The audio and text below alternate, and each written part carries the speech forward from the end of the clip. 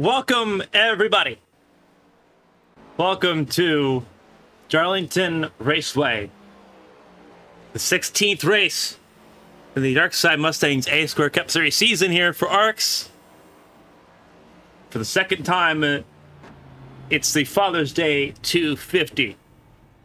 Tradition that started last year, from Talladega to Darlington. As we get ready for this one, I'm Carmen Hardy, alongside me, Kevin Young, to bring you tonight's action here from South Carolina. Kevin, it's a very unique track. It's called Lady in Black for a reason. A lot of drivers end up tagging that outside wall. 1.336 miles here is a lap around Darlington Raceway. You have a little bit of experience around here. What makes this track so challenging? Well, what makes it so challenging is because of how the unique egg-shaped layout is for starters. But the other thing that makes it really challenging is that with the quarters, kind of how they pinch in to a degree, and how when you kind of run, it's kind of a 1.5 groove racetrack, especially going to the corners with the high speeds you go in. You want to get as close to that wall as possible, but at points, you'll just kind of drift up and tap it and end up leaving paint on the marks, or wall marks, which is hence why this track is known as the Lady in Black. So it's just a situation of just getting the car balanced right, getting it thrown into the corners correctly, and trying to qualify slightly well, because you can pass around here. It's possible, and you have the diamond corners, but you don't want to be passing if you don't have to. Qualifying set to be underway here. We'll look at Tommy Reynolds as he gets ready to go. The number 7, Bandit Racing. Most wins so far this season, but not the championship leader now. That belongs to Brandon Fetterplace. So now it's pressure on Tommy Reynolds to try to get back into the win column here. Speaking of Tommy Reynolds, right now as we are watching on board with him rocking a new paint scheme, he went from a black paint scheme to Earnhardt inspired to then a white paint scheme similar to Kevin Harvick's early 2000 seasons. Now back to a different paint scheme here, black and red. So maybe the new colors will get him a chance to bring back the points lead here. We'll see what he does here on the end of his first lap, coming across the line. Check the stopwatches, and that's going to be just short of Daniel Michel by at least 0.2. Daniel Michel has the provisional pole early on. Second laps are usually the more important laps around 1.5 mile ovals, 1 mile ovals, and whatnot. So we'll have to wait and see if the second lap can improve. Remember, you do want to be in the top 2 here, because that will ensure your front row starting spot. But Tommy Reynolds is not going to be able to improve. He gets loose off the last corner and just shows the struggle you can be at these tracks with these cars when you want to get on the throttle.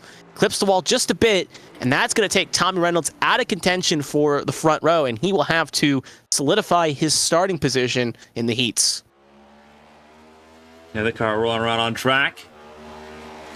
New look that was introduced last week.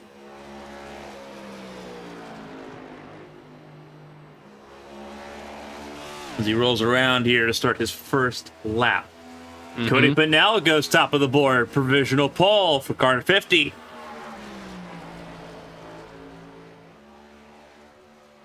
And you can just tell how close that first lap was between Pinella and Michel. Basically, you could put a paperclip between the two of them. They're almost dead even on times. You have to go down to the thousands and 100,000s to see who has the break there, and that's Cody Pinella by a nose. But here comes Sears coming around here.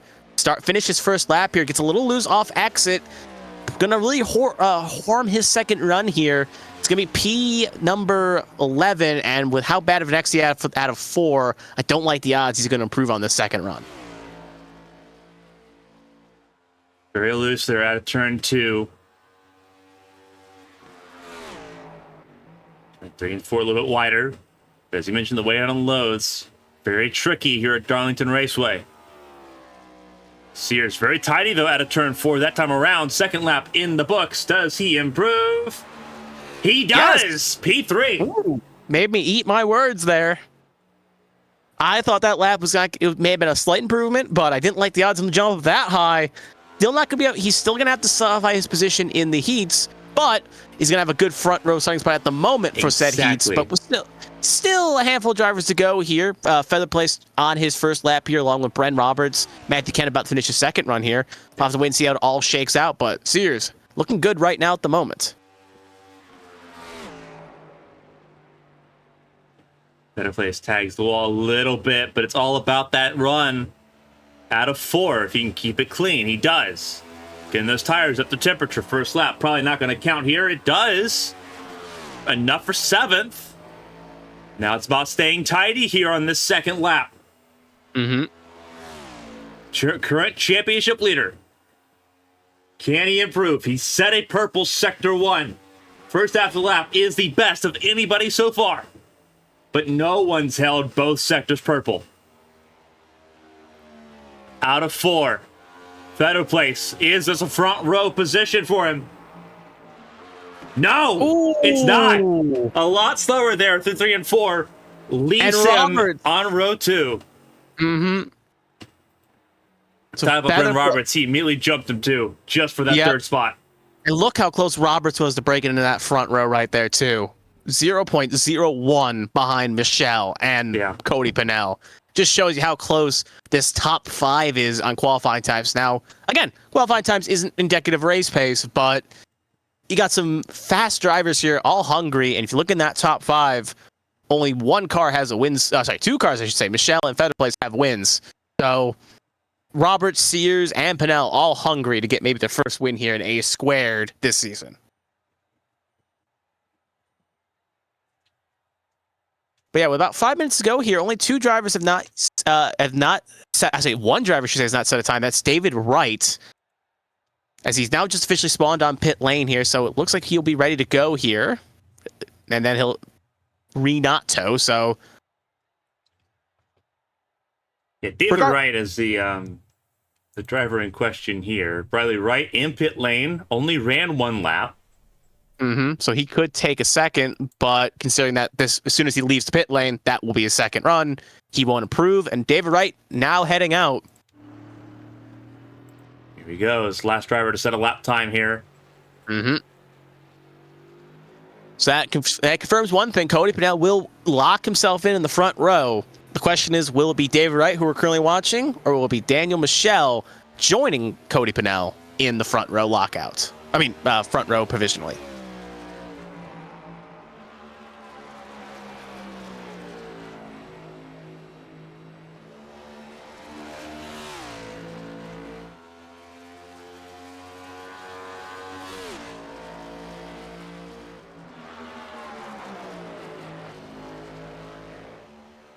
Get as close to the wall as you dare here. Can tap it a little bit. These cars don't lose all that push off. You tap it just lightly. But if you hit it hard enough, you're going to invalidate the lap.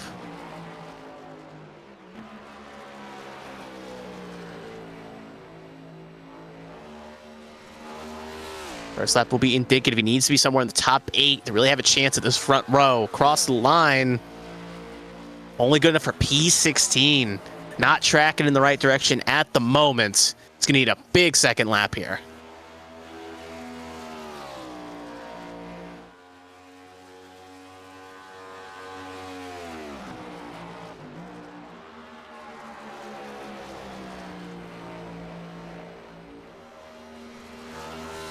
Can the number 42 Texas Pete machine do as it crosses the line here? Good enough for front row?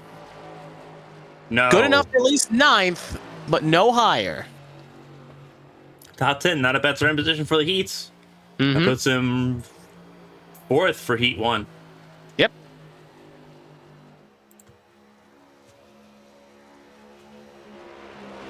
And that will be as every driver's now officially set a lap time. Only really Bradley Wright is the only driver who did not complete a second run, but since he's obviously still on his played 1 lap, second lap will not improve, so he will be locked where he is regardless.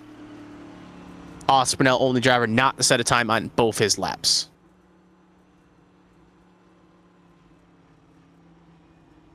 Yeah, those are wall taps for both Austin Pennell's laps here as David Wright returns to pit lane. Mm-hmm. Like I said, when we see the main race happen, different drivers will, as the run goes on, will tap that wall just a bit. It's like at other like tracks like Homestead, Miami, and a few others, you do see drivers run that high groove and can tap it just a little.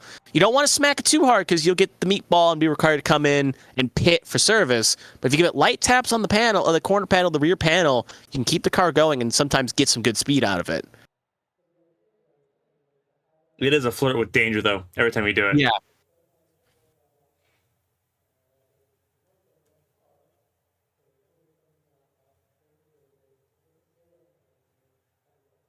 We're waiting the clock here. Less than 1 minute to go here. We'll take this chance for anyone currently watching. Thank you for joining us on your Father's Day weekend here on this Sunday evening for the 2023 Father's Day 250 in the A Square Cup Series. And thank you for joining us. And hopefully these drivers here in the A Square Cup Series can put on a great show, and we can entertain you as well here on ABN.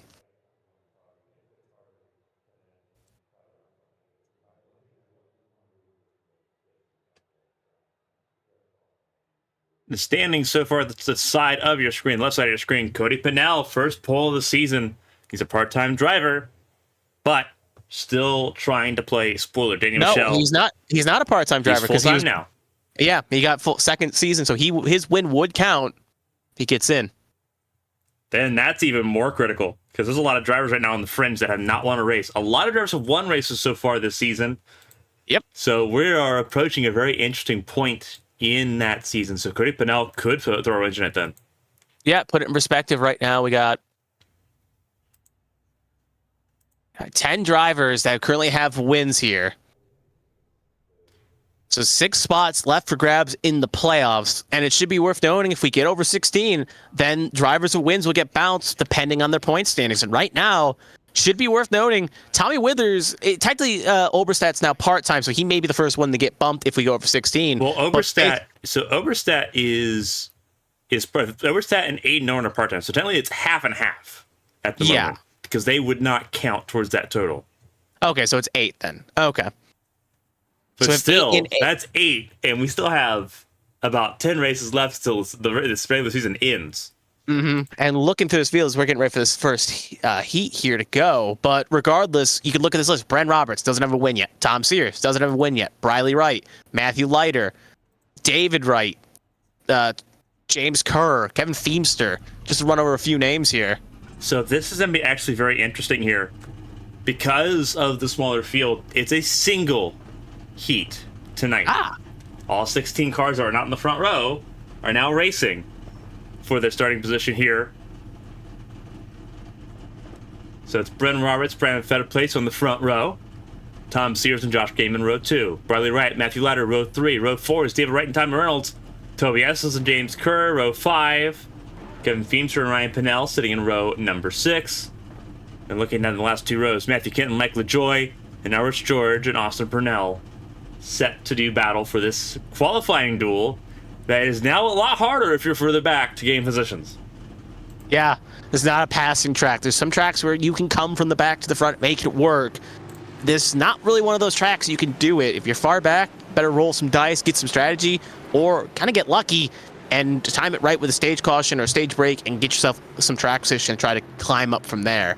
But we know these heat races can be very chaotic. And we've seen drivers lose it, spin out, make mistakes, and it's put drivers that may have been qualified 14th, 13th, maybe even 16th, 17th, 18th, or in higher fields 24th, 25th, and instead they started high teens or even sometimes in the top 10 range. So it's about kind of adversity and keeping your foot in it, and if you may not have the pace here today, try to maybe avoid the cautions here and get yourself a good car and maybe try to get your race set up out there to try to get to the front row and win this thing. But Penske going to take the hard left as he gets to the end here, 3 and 4. We'll be ready to go for this main heat.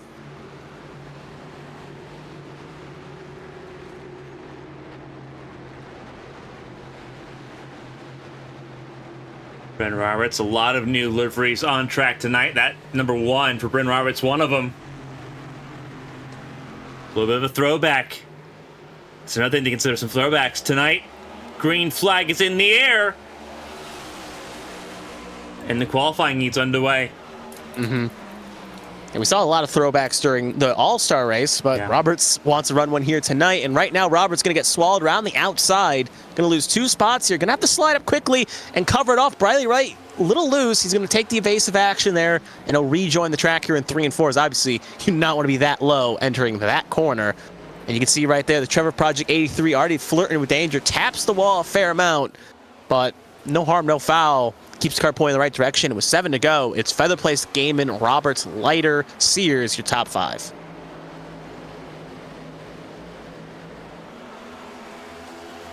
Tommy Reynolds getting around. That is the 14th time Sears. The outside lane prevailing a little bit.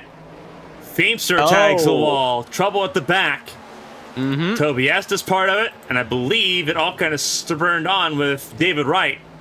Saw him get loose and turn dead left out of turn 2. Actually, took a look back there. It looks like they were about to be 3 wide coming off corner exit. Maybe a slight loose by David Wright as well. And 2 wide barely works here. 3 wide doesn't work as well. And the Wright got off the nose of the 21 and sent it into 29. So regardless, 3 cars already behind the 8 ball. Feimster definitely going to be pretty far back, needs some sort of break here, and a few cars have malfunctions to get back up a little bit higher, but right now just trying to hope for some more bad luck for the others. But we'll cut back up to the front here. Well, we stayed with the front, I should say, and it's going to be Feimster, Gaiman, 1-2, and Bren Roberts showing some pace here. Didn't have the great restart, but looking to try to carve through the field like a hot knife through butter. Leiter sitting behind Tommy Reynolds there, top 5 for the moment. Ooh. Trouble there a little bit further back. I believe that was Kerr and LaJoy. Yep. Excuse me, that was LaJoy and Ryan Pinnell. Yeah, but the wide car making that move was Kerr. Kerr went way low. I think it was Kerr or... it was Kerr. Ryan Pinnell got loose, and Kerr had a run and just shot straight to the inside. Oh, action up front. Oh, 2 cars around. That's Fames, Gaiman, and wow. Feather Place. God, it caught me off guard there for a second. Gaiman, wrong way around. That is going to be race done and handed over to Roberts here. And bad luck continues for that 61. That is rough because now Roberts is in range of Leiter and Reynolds. This is not over. Qualifying heat popping off here. This 8-lap little mini race.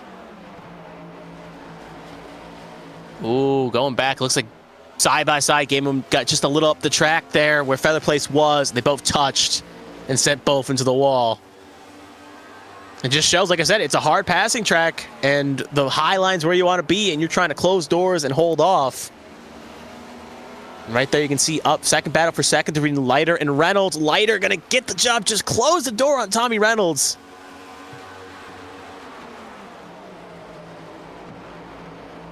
Roberts rolling through. Then you have the 83 of Leiter, 7 of Reynolds, 2 to go. Leiter's closing in. Can he close in enough here with less than 2 miles left to play? It's one of those questions where does he even want to risk it? He's going to be on the front row regardless of where he finishes here. Second row, I should say. So there's a risk-reward situation. If you send it and you fail, you're going to end up like Gaiman and Feather Place, who are currently 14th and 16th respectively. But if you hold station, you're at least looking at a second row, or if Reynolds even gets around, a third row starting spot. You're thinking bonus points to this situation. Because there's bonus points for these heats. And that's why you think about Leiter sitting in on Bren Roberts, and there's Reynolds who spins! Leiter! That's going to open the door for Wright! Maybe! It will be Brother Wright! Oh! And the biggest loser was the one that went for the move in Matthew Leiter there, as he just ends up hitting the wall hard. He has not crossed the line, and he's going to go from second to 13th. The siren song of points was very tempting for that 83, and now he's barbecuing down near the start-finish line. Ooh. It's going to be if that's the aggression we're seeing right now, wait till the actual checker flag's on the line, and we're going to see some things.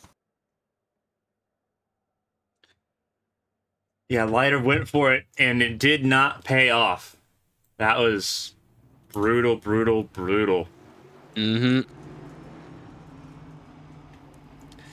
now you got to quickly put it behind you and get ready for a very interesting conversation between now and the races. Cody Pennell kind of confirming what we already knew, and that was that the lower attendance numbers messed up the heat running order because it was a lower order. These heats are set up with 20 cars in mind. So when you have less than 20 come in, it consolidates into a singular heat. Obviously, with Father's Day weekend, a lot of people spending time with their families. Yeah. Those that spent time with their families either earlier this weekend or earlier today, still able to make it out today. Drop rounds do exist for those that could not make it. Jeremy Breo and McCruger, among those that used those drop rounds for today's race. This race was supposed to take place in May, but ARCS had its corporate meeting at this race when it took place, which moved it back to Father's Day. Same thing happened last year at Talladega, which moved Talladega to the Father's Day weekend. So, second year running for this event, 250 miles set to be run here at Darlington Raceway. What has become a tradition for the ARCS community. Yeah. I mean, they take advantage. There's no NASCAR on this weekend, so it's a good chance to use the actual week off NASCAR has to, if you have a race you want to postpone, take it right here. And it's a good tradition that ARCS want to keep going, and we'll probably see this for the third season as well. Whether it be Darlington, maybe go back to Talladega, or Looks another like track. Atlanta. Then we'll see Atlanta here on Father's Day weekend for the next year if all things play the same. Yeah, they're currently discussing that right now, but either way, going to be a lot of fun. We just saw a lot of fun stuff happen there in that heat.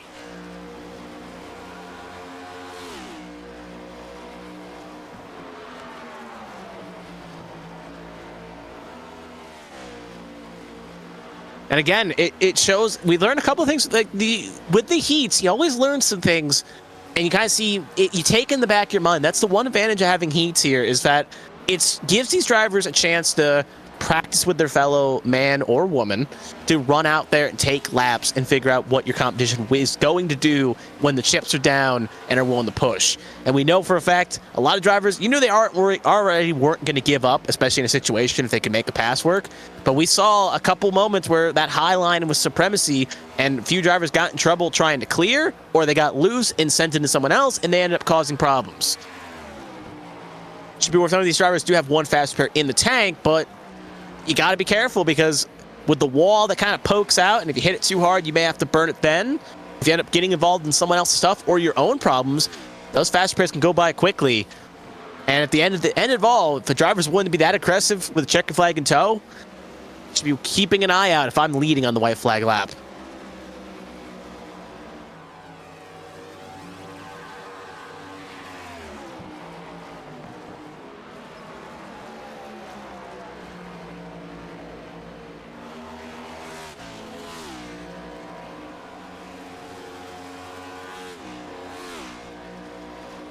As the clock ticks down here, past 1 minute to go. Warm-ups again for the last minute for drivers to practice pit road entry and exit. Usually they're told to do that because it's good practice, but especially at a track like this, pit road entry can really catch you off guard if you're not careful because you have to kind of get ready for it. Either play it safe and come in off 3 or try to woe it down halfway between 3 and 4 and then pinch it in. And there's an aggressive strategy or a conservative one, and it's up to the drivers to question how aggressive they want to be in that regard. But again, last minute warm as well to try to get some line adjustment down, maybe just figure out what your car does or use the bathroom. But that warm about to wrap up here, and we're going to get ready for about 148 laps around at Darlington.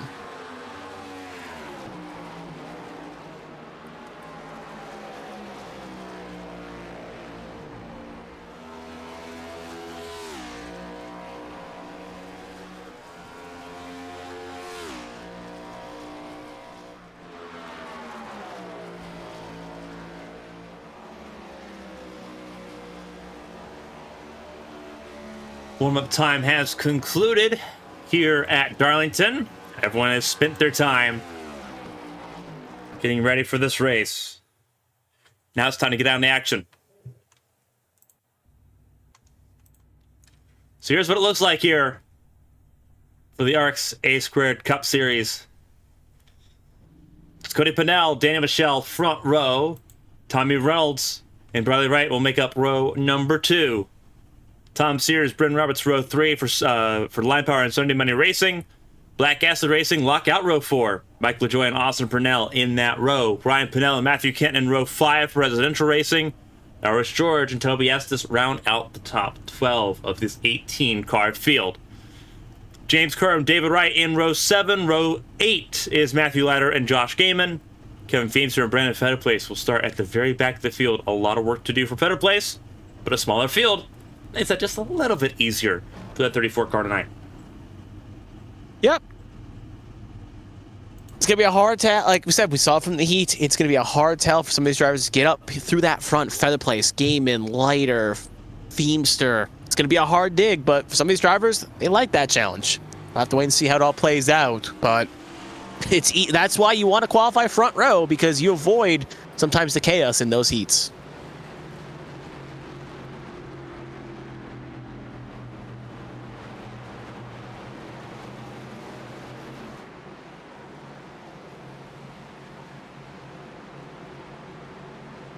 Again, 1.366 miles here at Darlington Raceway. 148 laps on tap tonight.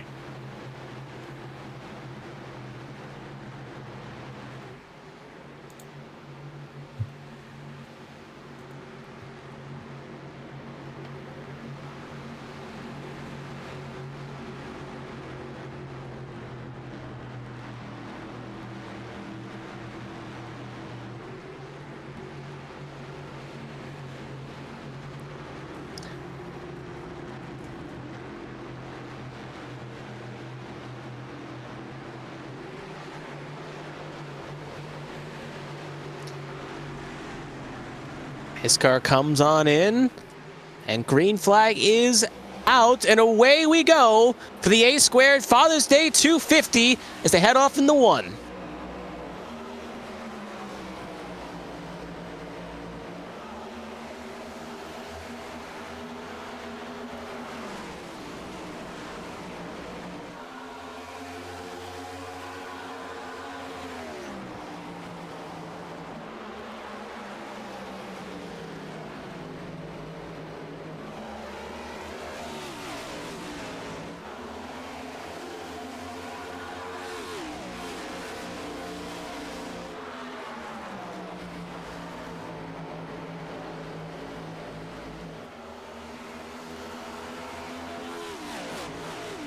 Cody Pennell gets a good launch there. You can already see pretty single file here for the most part throughout the back. Tom Sears maybe fending a move on Bren Roberts there.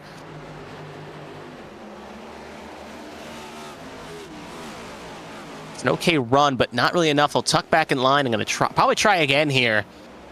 But it's about timing your runs, get the good runs off exits, really pass, because you can't really make late passes here unless you're very confident in the machine you have.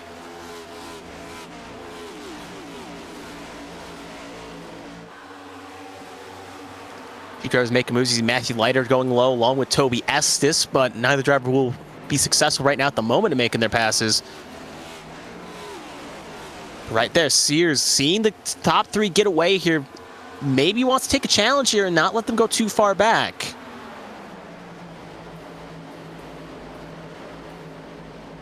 Reynolds beginning to fall back a little bit from Daniel Michel. Keep an eye a little bit further back. That's Mike LaJoy and Bradley Wright. And this is a track that eats tires up for breakfast, so it could be a situation. We know Reynolds loves to save his rubber and get him far to the end here. So it could be a bit of a game plan here for Roberts and maybe Reynolds. Save their stuff for a little bit later in the run. And when drivers like, we know Michelle, Pennell, and a few others maybe struggle with tire wear, pick up the pieces when they're there. But the problem is if the gap grows too big, may not be able to reel them back in. Speaking of it, Austin Purnell working on Bren Roberts here. Bren Roberts almost like acting like a cork in the bottle. Teammates, though, right behind Bren Roberts. Purnell and LaJoy for Black Acid Racing. Trying to make their way around. Austin Purnell, good example of a driver that capitalized off the chaos of the heat race. Was able to get a good front row starting position, now up to 6th. And the Rookie of the Year contender trying to get into that top 5. Brent Roberts, like I said, being the cork in the bottle, planting the car where he needs to plant it to make it a pain for that 32 to get around. 32 almost taps the ball or slaps it lightly. And you're not going to get away with too many of those warning signs before major damage could occur.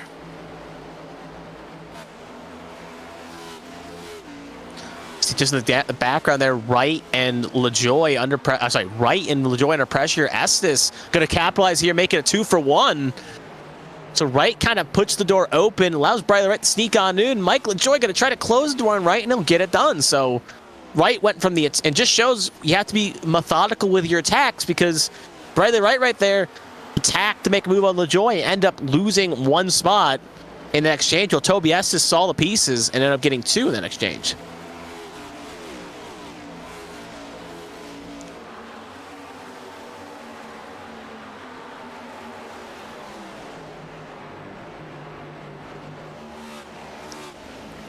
This big trans is going to cause more and more feistiness and more drivers to be a little bit antsy and see the situations. Big car, big wiggle in the back. That's Matthew. Lighter. Yeah, I was going to say that's lighter. He'll save it. But, ooh. And a hole open up, just a little bit of a mistake there by Spinell. Allowed Toby Estes an opportunity to sneak in, but we'll think better of it. Doesn't want to put the car in a bad spot. David Wright, though, going to make a move on Gaiman. Gonna try to anyway. Yeah, did not get enough run there and can't really slide up the corner there because of Ryan Pennell there. So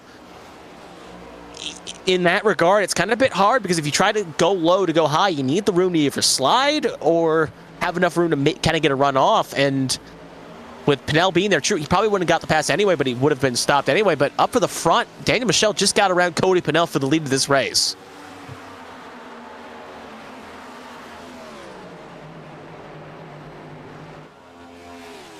As you can see, the end just going into 3 and 4. Michelle made his move, got it done, and now back up to the point of this race. It's pretty strong last week at Sonoma, ended up getting a top 3 finish. And looking to replicate that by getting a 2nd win in the win column. And if more drivers were to win, that would ensure he would be in the playoffs with 2 wins.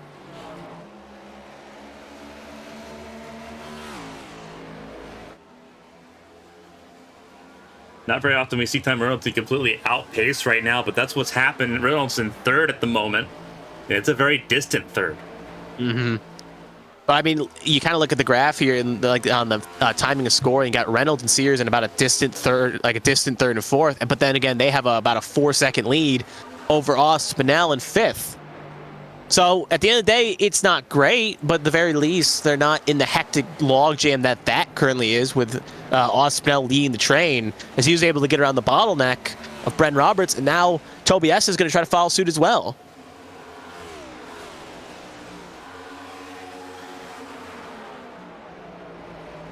And the one thing, at least being in that middle groove of Reynolds and Sears, it does allow them the ability to kind of not push too hard. Save your stuff. Wait for a little bit later in the run, because if you're in this train here, Ben Roberts and whatnot, you have to fight for every position you have, and if you're caught napping, you're going to lose your spot in the line. Right there, David Wright gets around lighter, as LaJoy has to avoid almost hitting him. Will stay in tow, and Briley Wright and LaJoy are going to be fighting off into 1. For the back here, that is the 8 of Briley Wright, falling backwards more and more. Slides in front of Fetter Place, but still in danger. Yeah, Feather Place kind of struggling to get through this pack here. He has not been a big mover we thought he may have been. Gaiman up 7 spots. Feather Place only up 5. Doesn't have to put, again, doesn't push too hard. It's only stage 1 of a 3-stage race. Cautions and whatnot, just makes small increments.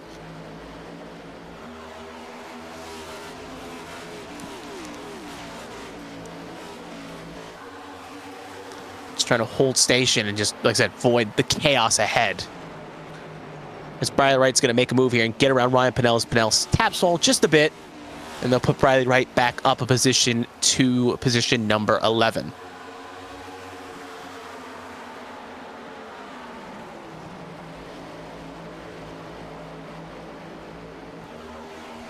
Briley Wright just outside the top 10. Ooh. Battle heating up here for 5th. Estes going to make a move here on Austin Purnell.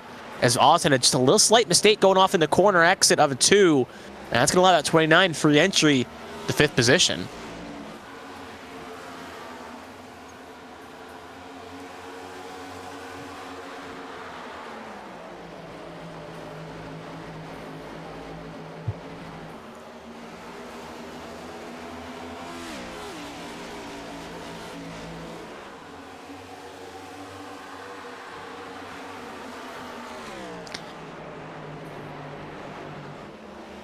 See right there, David Wright kind of hounding the back of the said 32 here. Maybe trying to find a run around, but just not getting the good exits he needs to get around.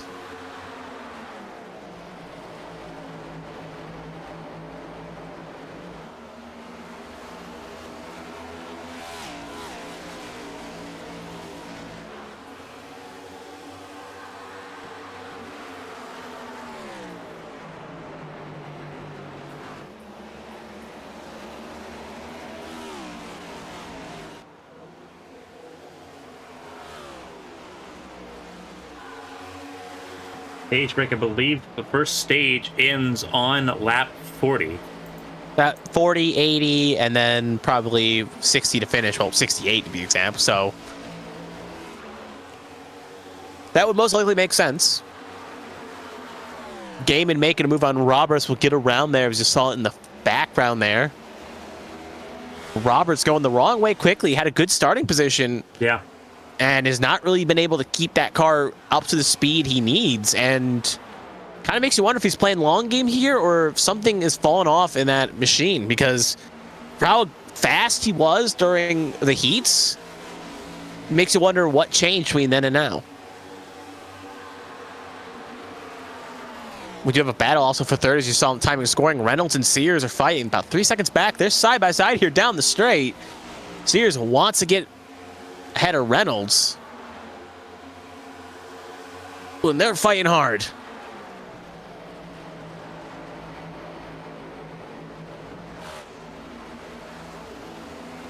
And Sears gets clear, but Reynolds going to answer back, but Reynolds will slot in. As Tobias is able to get some breathing room here from that train, which something you want around a track like here at Darlington. You don't want to be followed very closely and kind of just allowed to do your own thing. When you have someone behind you poking and prodding, you can always throw off your line and throw off your concentration. But now that he's kind of got a bit of a cushion to the 32, he kind of set his sights on trying to catch up to that second pack there of the 14 to Sears and the 7 to Reynolds.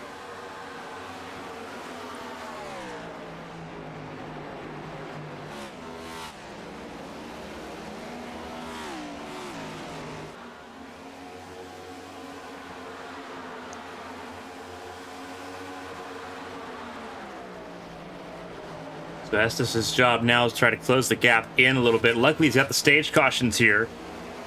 That'll help him out a little bit. Mm-hmm. Likewise, Tom Sears got ahead of Tommy Reynolds. Mm-hmm. And he is closing in on Cody Pennell. Sears, one of those drivers you think would have a win so far this season, but right now through 16, does not have a win. And Line Power Motorsports only has one win to show for it this season, even though they are in the top 4 in the constructors. So Sears it's been looking that consistency. There's always a driver in that team up there. Mm-hmm. Whether it be Featherplace, Sears, Kruger, Edward Marshall, someone's always up there fighting in that top 4 week in and week out.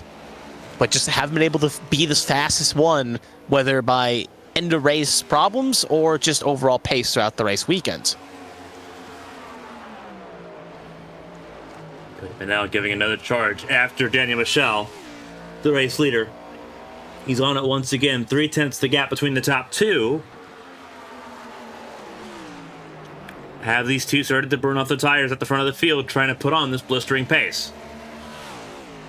All 18 drivers in this field still on the lead lap.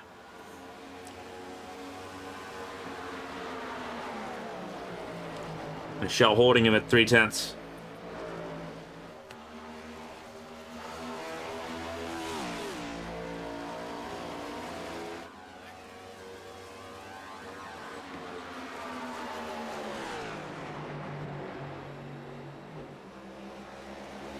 Should we have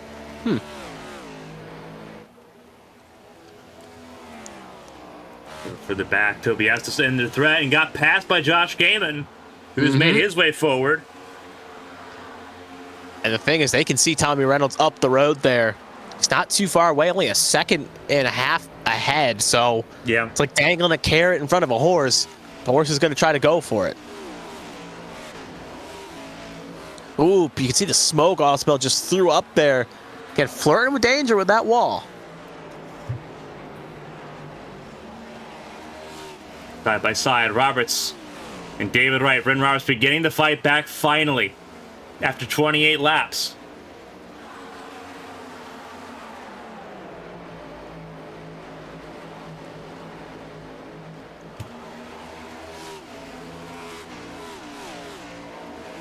Feel it pretty well spread out right now, but everyone's still safely on the lead lap. Only a half lap distance covering the entire field. Yep, as leaders cross the line, Alfred George just hit the halfway point on the track. So there shouldn't be any threat for getting a lap unless an accident were to occur or a self-spin. They should be at. But Featherplace just got a little loose going down 3 and 4 right there. He's a little slow. But still, yeah, right there we'll see him get speeding up right there. Got a little loose off 4. Doesn't hit anything. But going to cough them up some time and take him out of contention here to get any stage points. As he was just ahead of that 88, trying to hunt down the 8 to get at least a point. But now that won't happen. Back up the Back back to the lead. the front. Here we go. And Cody Pennell sends it in. Michelle let him have it. How does Michelle respond? We know one of Michelle's kryptonites is long run. Sometimes I struggle getting those tires to stay in the distance for a stage. Got a race win at Fontana at the beginning of the season. And he's been holding on to that race win for a little bit. A little bit further back, Gaiman got around Reynolds for 4th. Reynolds dropping back significantly right now. It's a race where, again, several heavy hitters are not present. There's no Emma Kruger. There's no Jeremy Braille. There's no Seth Wanzing in this race tonight. It's a good chance for a driver that may not have a win yet this season to kind of sweep up and get something. Absolutely. You look at your Cody Pennells, who would completely flip the playoff field upside down early on here. Tom Sears, who's already in the top 16 based on point position, would not be so much of a hurt for those, like Ryan Pennell, Tom Feimster, who are running that bubble. But Cody Pennell would 100%. That would flip things upside down for those that have been here all season that are still trying to make something happen. Cody Pennell fighting very hard. As we watch Danny Michelle get really loose.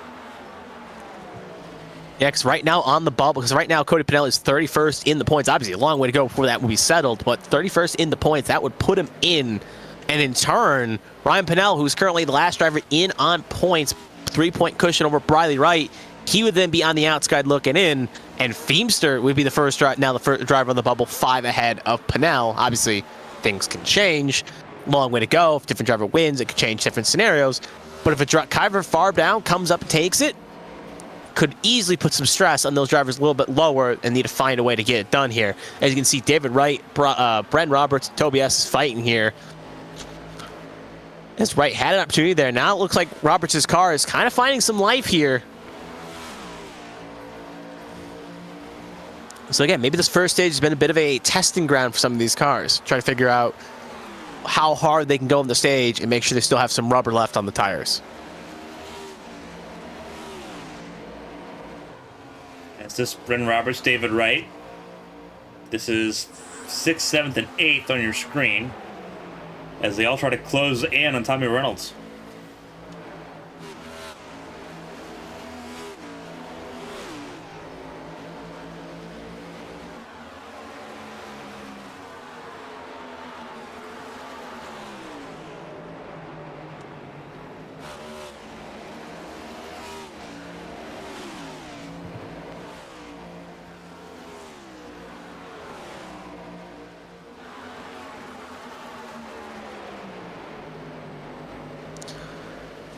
So as we're coming near the stage, every point can matter, especially for the Toby S. is not as much as he's got his win.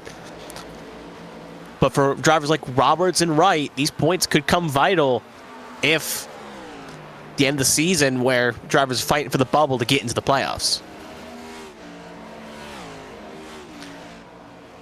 As we're coming near the end of the stage here, presumably it is ending on lap 40. And that will be when Cody Pennell takes the lap for 41. Top 10 looking pretty set at the moment as Wright's got about a 3-second lead over Mike LaJoy for 11th. But now's the time you do not want to make a mistake or put a fender wrong, as you may cough up more than a few points than you're willing to do.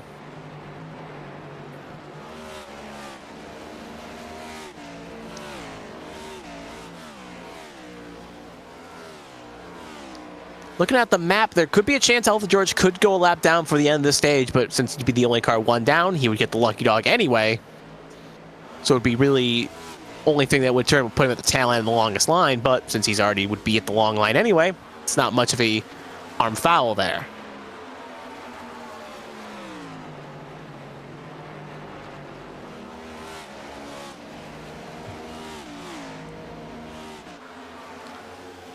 There's Roberts got an all right run off exit. Not going to really be in a range to attack. But he's got that hooked to the back of that 7. Yeah, Reynolds falling back more and more. He just got to hold on for a couple more laps. I don't think he's got a couple more laps left in it. Roberts is coming in with a head of steam as Cody Pennell will come to take the white flag in stage number 1. Again, that's a sketchy spot on old tires, especially at a track like this. You're just hanging on for dear life. You want to come in for tires, but obviously pit lane has closed. Yeah. So there's no coming in. So it's just a situation of just trying to hold on for dear life and just basically like a fighter at the end of a round, just wait and hear that bell and try to regroup with the cornerman. But here it comes. Brendan Roberts going to make a chase here for a fight. It's going to be close as the 50's about to cross the line. Side by side, 50 just crossed it. Caution is out now, and I think it's Roberts by a nose.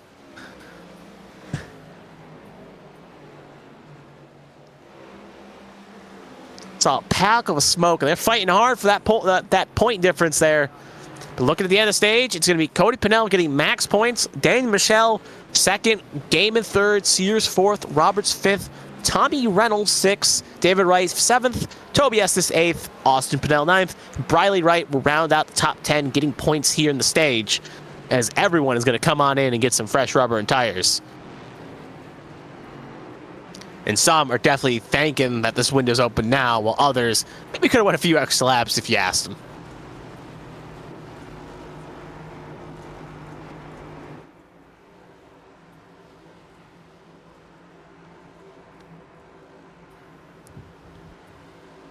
The caution-free first stage.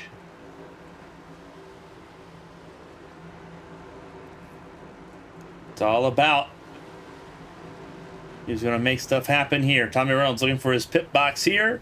Finds it. Who's going to win this battle off pit lane? Yep, it's up to the virtual crews here for the most part, as entry's not really that important because everyone kind of came at the same point. Obviously, everyone taking 4 tires in fuel, you're not going to see much difference. Pennell out of way of his box quickly, and it's going to be Michelle, and a bit close there. Gaiman. Big gain there, gains 2 spots. Well, 1, I should say, over jumping Tom Sears. But just shows he was able to get out of his box just quick enough. And in turn, had one of the fastest pit stops on the pit lane, 14.43, with Tom Sears having a 15.68. That will do it for you. 100%. Drivers coming out, some getting some damage repairs because they either make contact with another car or the wall.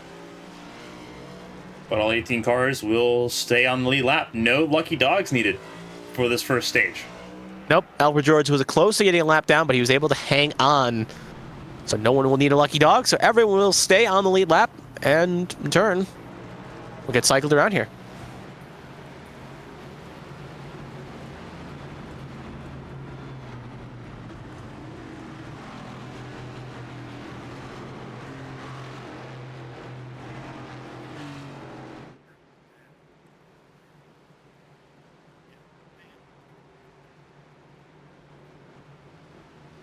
So we're going to have to choose this time. A few drivers may have made a slight mistake there. A little confusion with the pit cycles getting cycled out here. So we're going to get a slight delay for an extra choose here. See where everyone picks.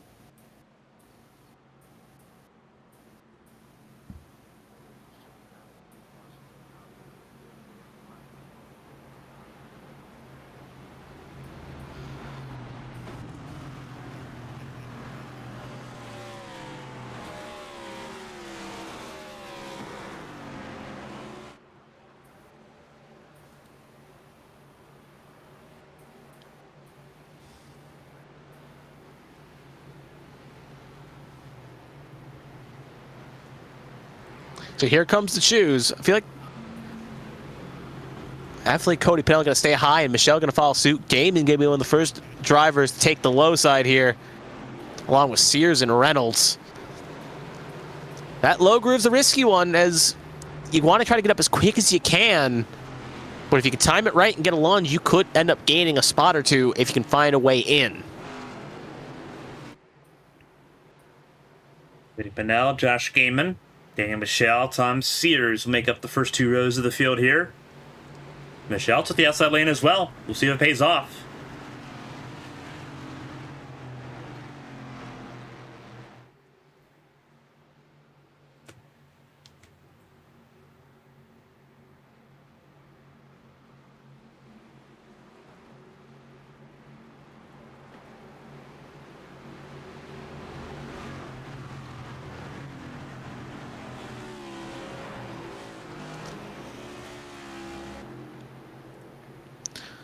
So Pay's are going to come on in here. Troll is going to be on Pennell.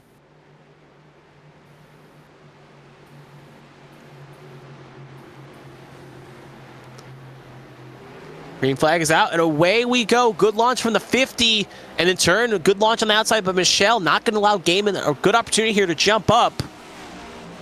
We'll see how aggressive that 61's to slide up in. He's going to try to, but just can't get the job done there. Michelle going to get the run off.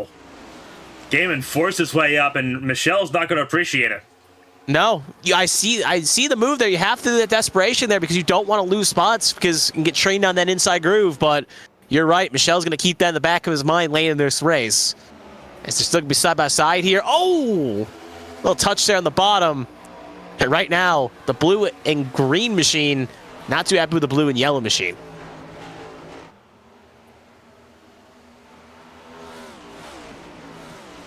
Still side by side. There you go. You might say like Jinx giving me a Coke on that one. And now they finally break it up here, but Michelle definitely gonna want to try to get back to second place. I mean, Michelle has a great short to medium run car here, but Gaiman as well was carving his way up for this field. He's quick around here. We saw it during the heats. The only reason he started so far back was because of an incident during said heat with a 34. And he's looking to get his second win of the season here.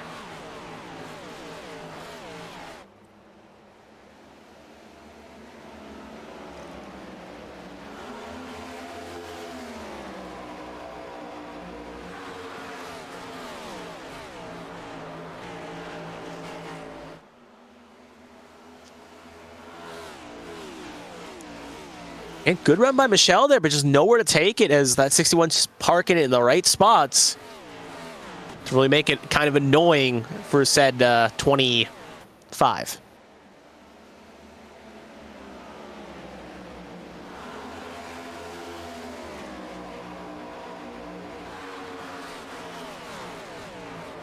Looking at the chat here, someone's wondering how much the speeds have dropped off since the green flags. We just had a stage break, so times will be a little bit unindicative as they are on fresh rubber right now, but you're looking at about a second and a half fall off in comparison to what we saw during green flag runs.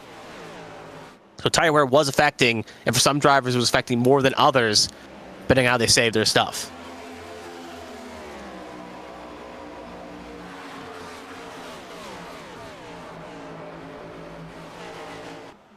Speaking of gaps forming, you see a big pocket here from 7th all the way to 8th.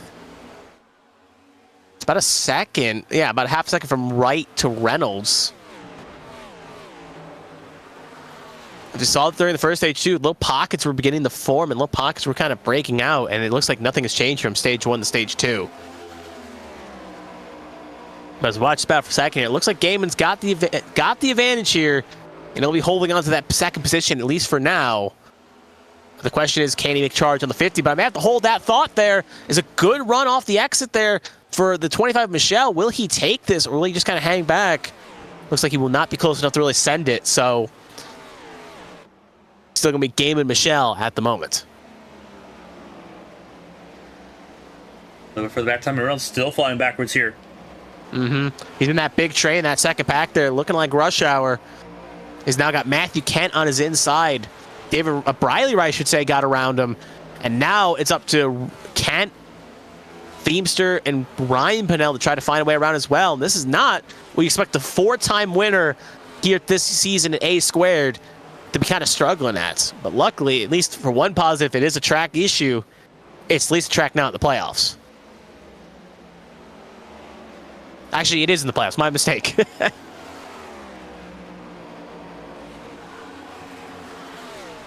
So that's going to be a race. At least Reynolds is going to have circles. Calendar, big smack there from Michael Joy in the wall. And that's going to check up that outside line there. Going to cause a bit of separation here. Oh, cars are loose. That's Leiter and Pinnell. Big in the wall. 2 cars, and that will be a caution.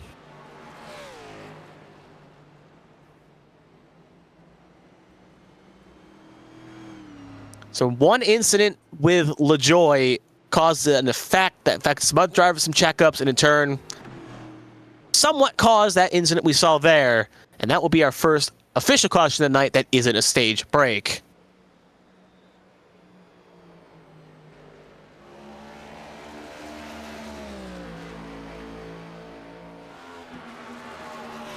And obviously stage is going to go to lap 80, so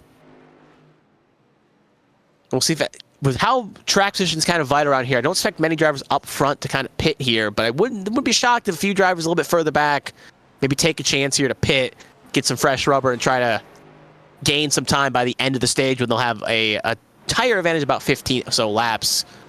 We are seeing a few drivers coming in. Feather Place, Kent, Ryan Pinnell, obviously to fix damage. But Michael Joy will... I'm not Michael Joy, sorry. I mean, Matthew Leiter, I should say, is going to stay out here, so not as bad of a hit as he thinks, and he'll try to continue on here. But back to the front here. Choose cone going to be in effect next time by, so as they come around, they'll be choosing. And I kind of worry right now at the moment if I'm Gaiman. Gaiman, if he lines up behind Pinnell, you're going to have Michelle, who's probably going to have in the back of his mind what happened to him on the previous restart with Gaiman, and in turn, maybe keeping a notion on that. And if Gaiman obviously goes inside, Michelle may not be as lenient to let him back in. So we'll have to wait and see how it all plays out, but that's what the advantage of the choose is. You can pick your poison, if you will.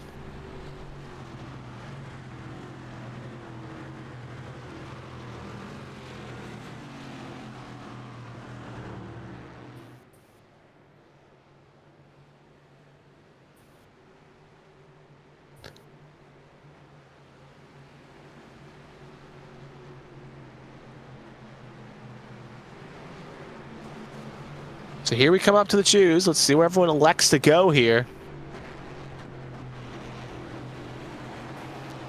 And it looks like Michelle going to go low along with Sears. Yeah, pretty predictable there. Gaiman wanted to use the outside lane, even though he used the inside lane to get the second place to begin with. That inside lane's it's a risky lane. It's a lane where if you time it right, you can advance your positions.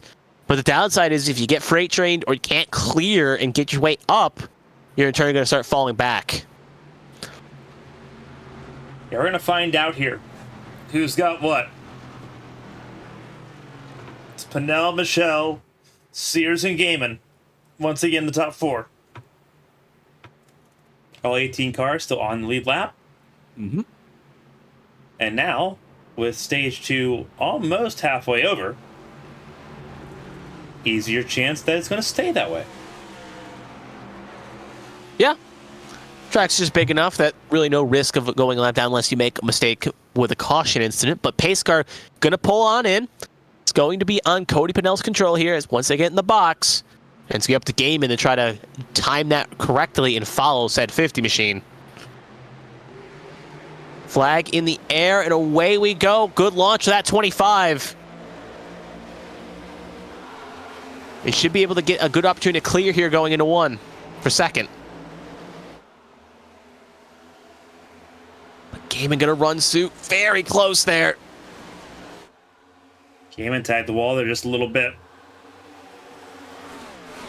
Michelle wants the second position. He's gonna have to be aggressive here, but don't want to end up wrecking the 61 for a stage point or two.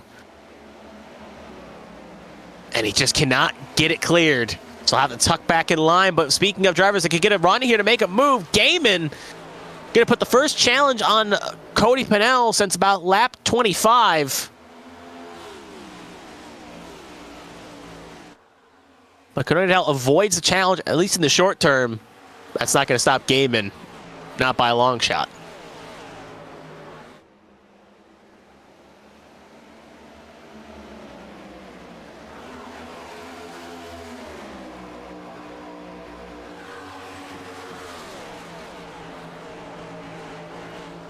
Or you could put them all under a blanket. Heck, you can even say the top 5 with Tom Sears, even the 6 of Bradley Wright. Waiting for a mistake or a chance to make a run here. Gaiman gonna get the chance here. He's gonna have to go deep to get a chance and try to diamond it off.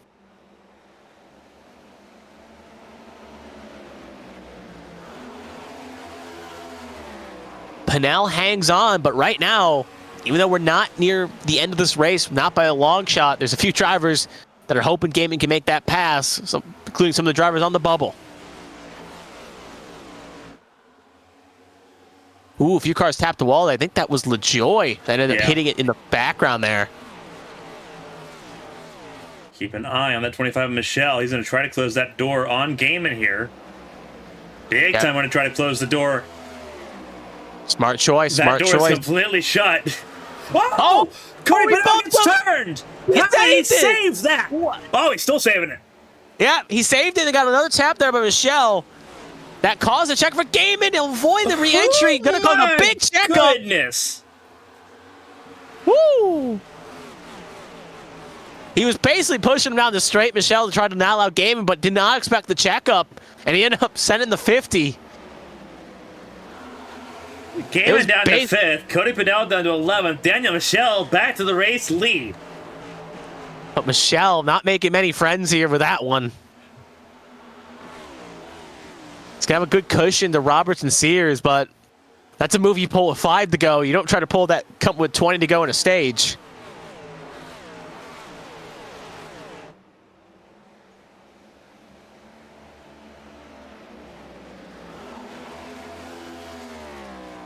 As Cody's now getting swallowed by the Hornet's Nest here. He went from leading this thing with no pressure, now to fight Tommy Reynolds, Toby Estes, and Kevin Feemster in the back here, just outside the top 10. Caution's out. And that will be a caution. That's going to be the 32, actually 34 and 32. Yeah, Feather so place. Like, and Cody and Ryan Pennell. Pennell swung the opposite direction there. Looks like it was Feather Place's incident here. Take a look. Let's see if I can get a decent angle of it. Ooh, yeah, this is the Hornet's Nest I was talking about just a second ago. You can see Cody Pennell in it, in the thick of it. Better Place tries forcing it 3 wide, and that just doesn't work in turn 1. Better Place gets tagged, as you can imagine you would. Ryan Pennell tries to get clear and just clips the grass, and that's what happened to him. Yeah, just gives a little parting shot to the 34 there. At least the positive, the car doesn't look too horribly damaged, but considering Feather Place came into the last caution to fix some damage, he still has that fast pair, at least in the back of his pocket, if so needed.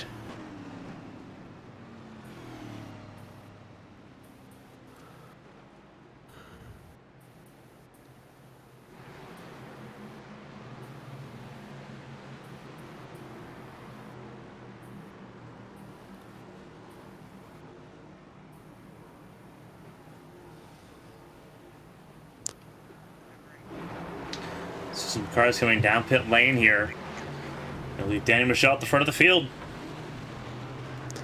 And we'll rack it up and try it again.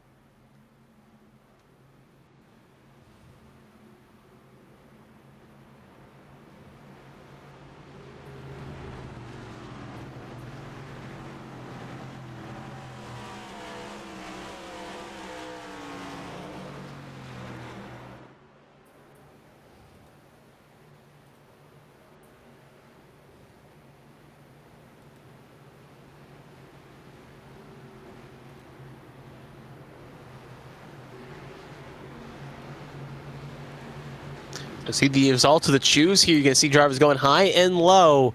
And somewhere we've seen the past three, the first two drivers like to go low, and the first car in third, which happened to be Tom Sears in this case, will chance his luck and likes his odds better to be the first car on the inside than the third car on the outside.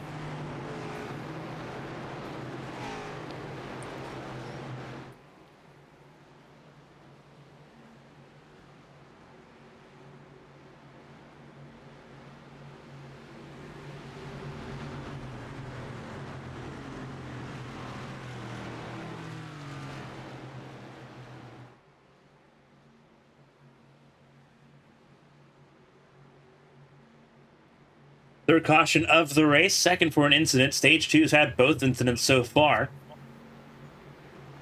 As we get ready for another green flag restart here. Michelle, Sears, Roberts, and Gaiman, top four. Gaiman on the inside of row number 2. Keep an eye on the 8 of Bradley Wright outside row 3. He can make some positions here on this restart. As we approach the restart zone. 14 to go in stage 2. And a phenomenal restart by Michelle. Teammates there on the outside lane. Not a good one for Sears, as he won't really have the good run here to try to make a move here. Yeah, Gaiman going to jump, instantly pinned that inside line where he saw an open hole and took it to go high.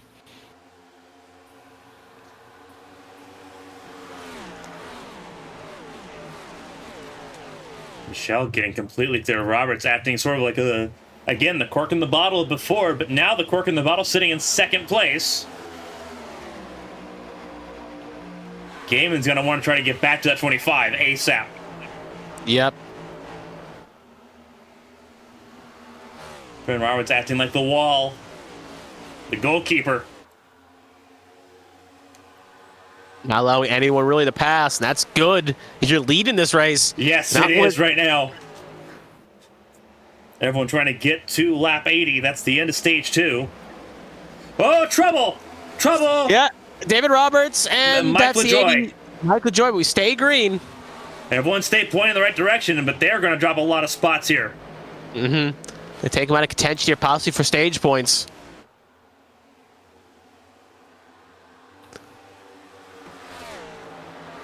And that intensity is going to turn up as these laps tick by here, especially at the end of stage 2 going to the final stage. See that intensity turn up to my legs at a 7 now it's at, maybe to a 9.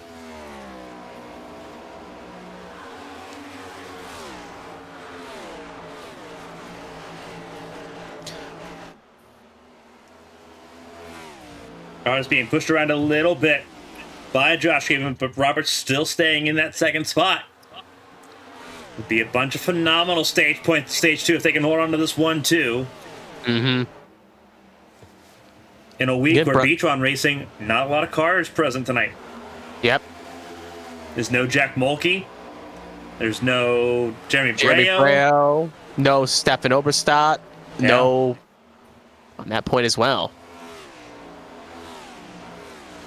Actually, looking over the roster real fast, Oberstadt is actually, just for a quick correction, is actually back to being full-time, so his win would count, is what I'm trying to say.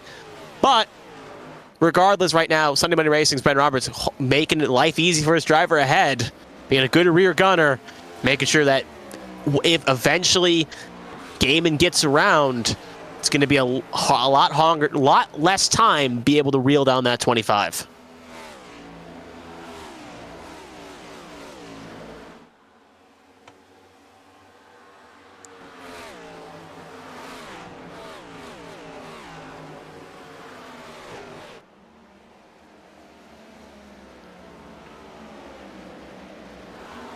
Big shuffle there. I think something may have happened to David Wright. It was just the pack he got kind of swallowed. There's a face of swanning out here. Yeah.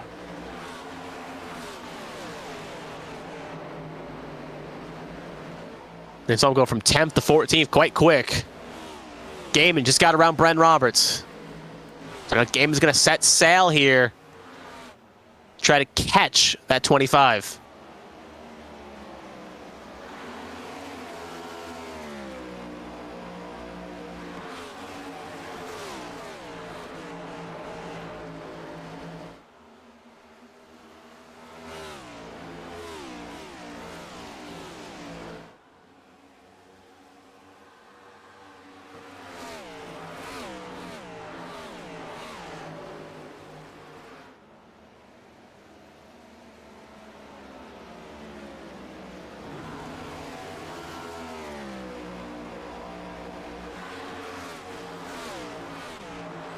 Gaiman cutting into that gap right now. He's caught it under a second. Gonna have it under half a second here.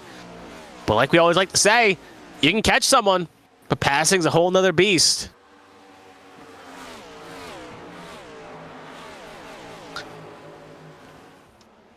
I'm in 5 laps to go in stage 2. Check times this time by as I cross the line. Michelle runs a 29.81, Gaiman a 29.37, actually 5.4. So fast advantage Gaiman there, and you already see 3 tenths gain, and looking good to at least gain another 10th here.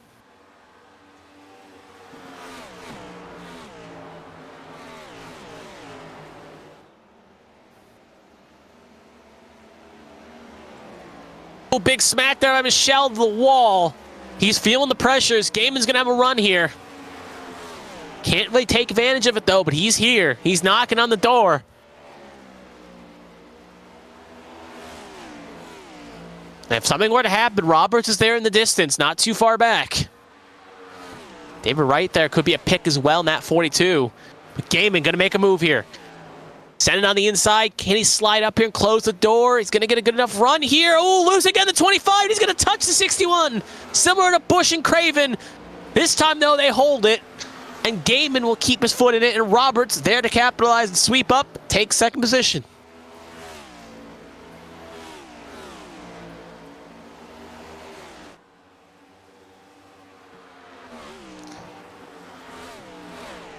So B-Tron comes to rain on the parade of Sunday Money Racing here for the end of the stage. As Sunday Money is now 2-3.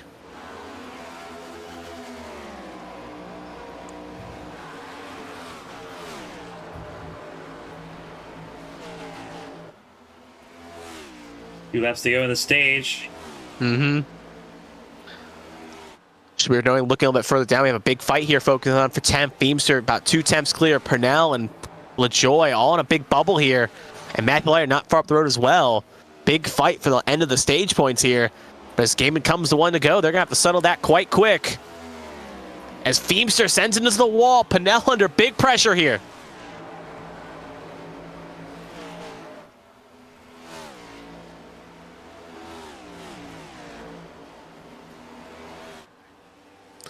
Oh, Feemster just running the wall here. Looks like it's going to settle itself out here as Gaiman is going to come across. Wright will stay 2 down. We'll go a lap down. And the 6-1 crosses the line. That will end the stage. So it's going to be Gaiman, Roberts, Michelle, Reynolds, Estes Sears, Briley Wright, Matthew Kent, Matt Eveleiter, and Austin Purnell rounding out your stage points here for your second and final of the 2 stages. Now we're getting ready for the main event here, the last stage.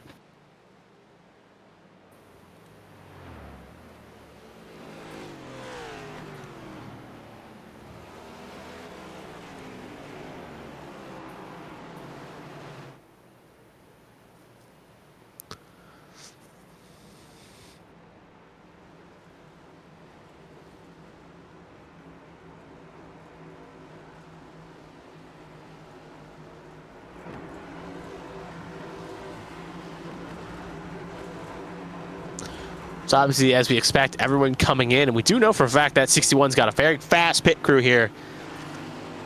It's going to be up to someone else to maybe jump them in the pit lane or have just a quick stop here.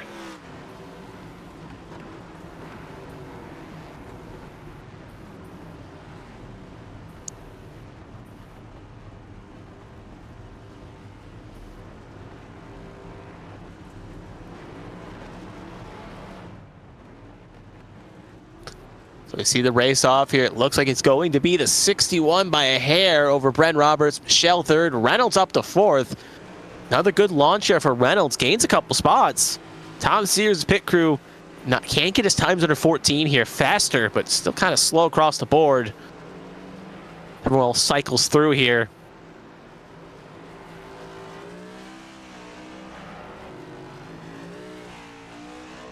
But that will be that for pit stops. Well, a few other drivers still in the pit lane now. Briley Wright, Austin Purnell, George, and Estes fixing up some damage or taping up their cars from their encounters with the wall. So everyone will leave except Austin Pennell. He'll get away now as well. So as the cycles through, we'll have 17 cars on the lead lap. David Wright will be the only car one down at the moment. As he's hoping for a quick caution here to get back on the lead lap.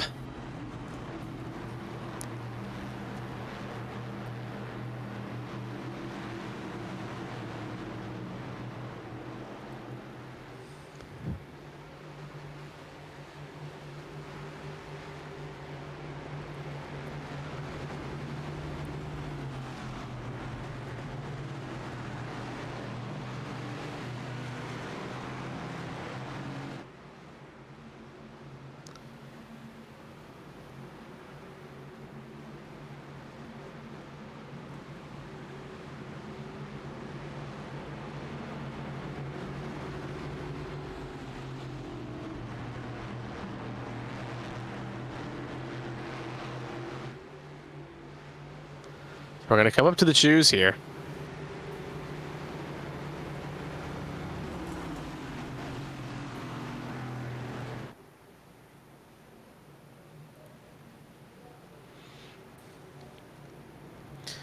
An interesting choice of action there. Roberts and Michelle. Michelle not going to go low, and instead Reynolds is going to step up to the plate. A name that was kind of struggling for the first two stages. He's not going to be on the inside of the front row here, looking to try to make his fortunes improve. We try to take the lead of this race.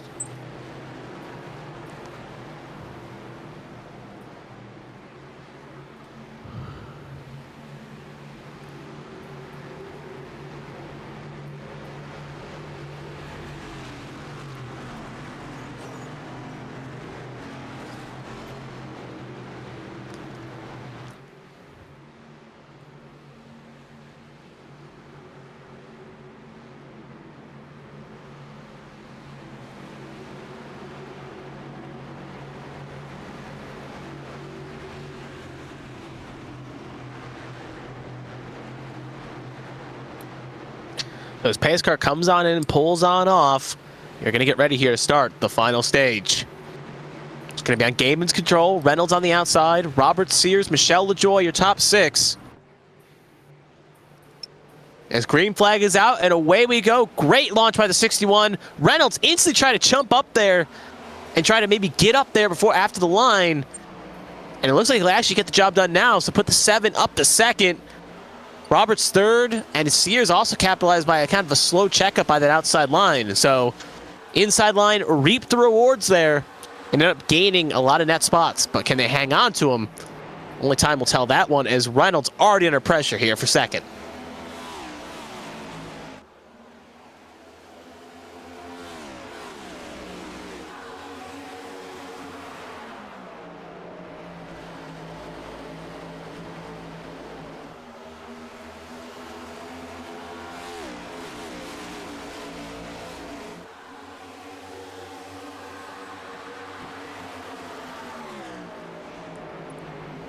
Looks like James Carter may have had a slight incident as he has jumped to the pit lane here.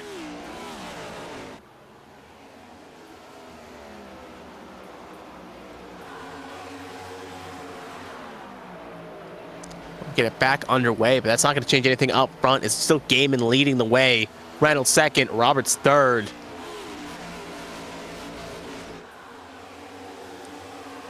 And like we said previously, with Roberts kind of being the cork in the bottle around here at Darlington, now it looks like Reynolds has kind of took that mantle away from him and is kind of bottlenecking the field from second on down, which is news to hear for Joshua Gaiman currently leading this thing.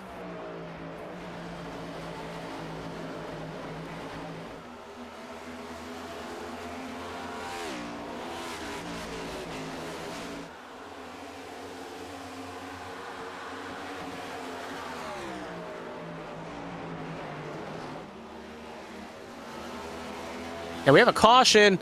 It is going to be for Briley Wright in the 8. And I think James Ryan Kerr's a Pennell, part of it. I think Ryan Pennell as well. So we'll take a look here. Ooh. And it sends Pennell hard into the wall and then check a few drivers also involved as well. Toby Estes gets a big lick.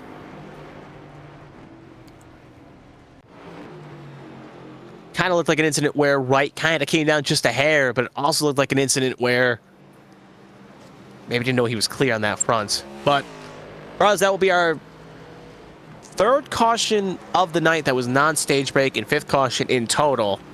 And with this early in the run, I don't expect anyone to come on in except for the drivers that may have took some damage here to get service to come back around. David Wright, one down, will get his lucky. Will be getting his lap back via the lucky dog. He should be anyway. And he will be back on the lead lap.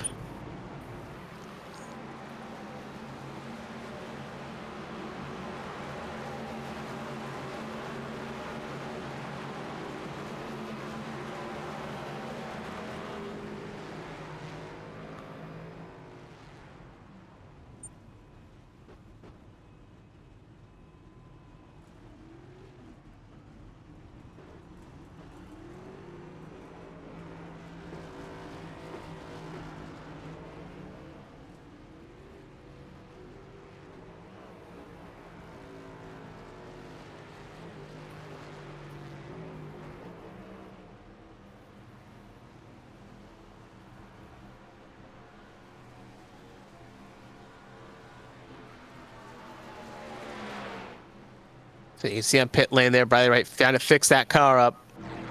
Already uses fast for early on. Mm-hmm. So the clock is ticking for both him and Ryan Pennell.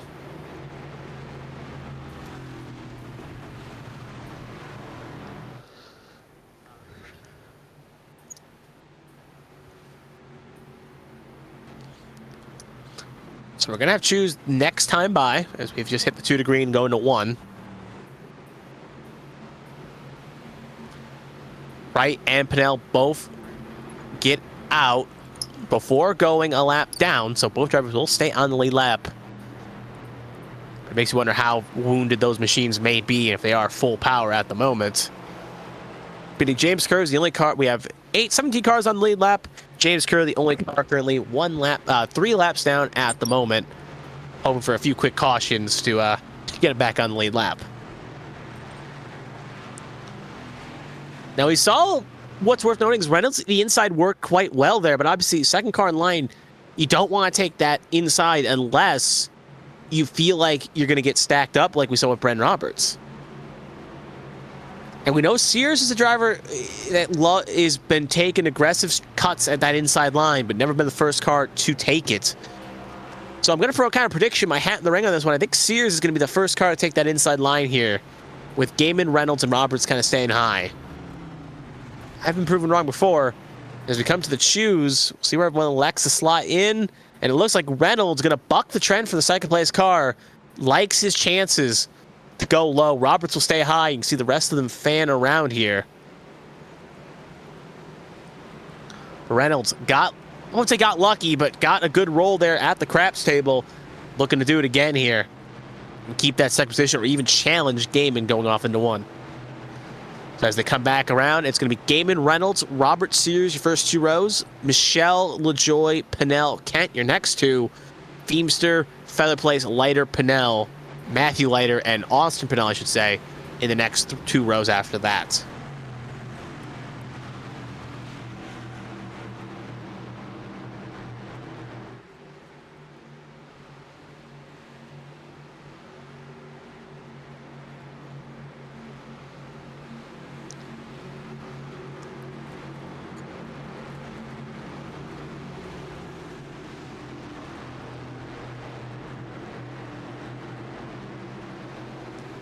So pace car coming on in.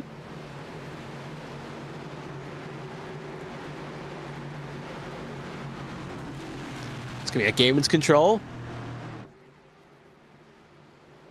Green flag is out, and away we go. Bit of a spin the tires there for the 61. He's not going to get away, and that's going to allow the 7 a chance to send one in the 1.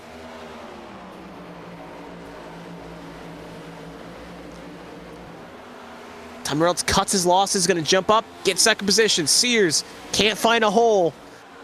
And a driver we haven't said much ever since that incident early on in middle of stage 2. Cody Pennell up to 6th, looking to try to reclaim his lead.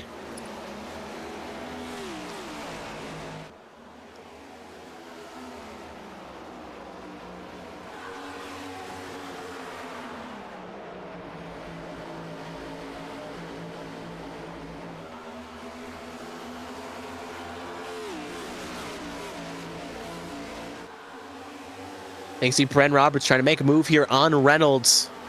Michelle may try to help his Sunday Monday Racing teammate.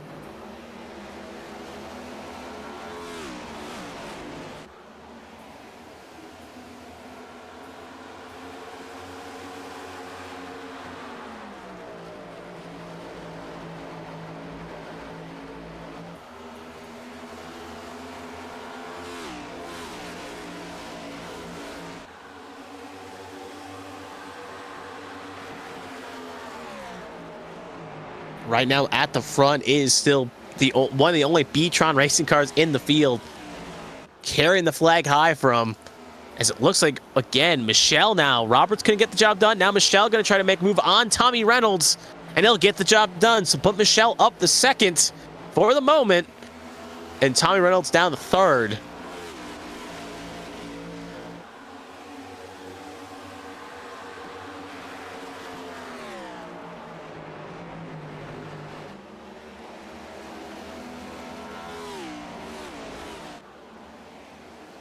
Copenhagen was also able to get around Bren Roberts as well. So we know that 50 is mad fast. Just need some track position to make it happen.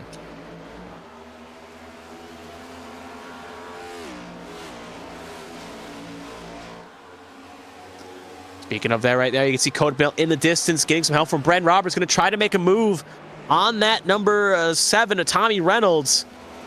And both cars will get around along with Sears. So Tommy Reynolds looks strong on that previous restart. Like, he may have had some pace in that 7, but it looks like whatever's plaguing that machine is still affecting him, as he is falling down to 6th position and falling, as now he's getting trained on the inside, now getting passed by LaJoy. Oh, Matthew Kent hard into the inside wall. I'd assume that's where he ended up hitting. Did he save it? He actually did, but he did hit the wall, though. Looks like he made it a little bit more flush of an impact there. Yeah, he hit it flush on the side. With the angle he was going, I thought he was going to hit that head on, at least close to the corner panel, but he ended up hitting it basically sideways. So big tap there, but car stays in the right direction, and we stay green.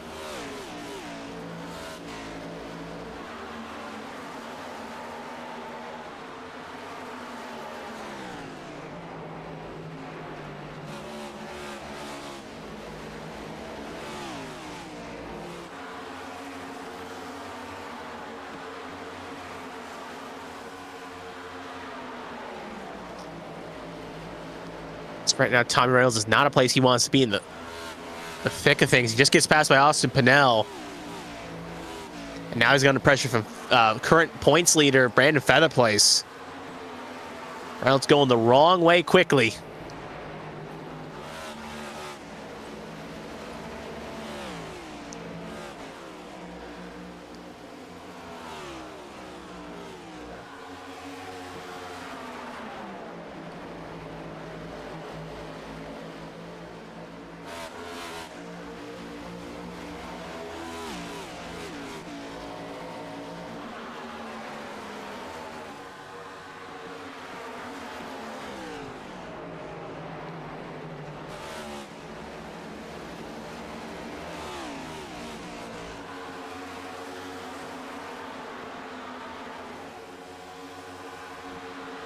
So nothing has changed up front here. It's still Gaiman leading the way. Michelle and Pinnell have not made much inroads. They're running similar times. Ooh, a bit of a wall tap there from Pinnell. Ryan Pinnell, I should say. Let's lose some time. Matthew Kent here.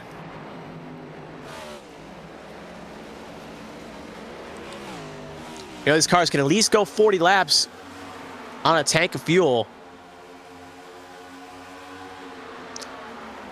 So looking for at least final pit stops of the night here in the final stage. Maybe around in the 120, 130 bracket. They'll give you a short run to the finish. But there is the risk of the undercut at the very least, where if you pit as soon as your window opens when you get to the end. The positives, you may have some clean track and could probably pace the cars around you, but the downside is you'll be at a heavy tire disadvantage, which I don't think is going to be an option for much. But I feel like some drivers may elect to try that when the window eventually opens. Just shows you right now, Michelle is chipping away at Gaiman. Not by much. That time by, they ran dead even times. 29.49 for the not lot. that level that time. Nope. And all that good work he did to get reel him in, he just lost.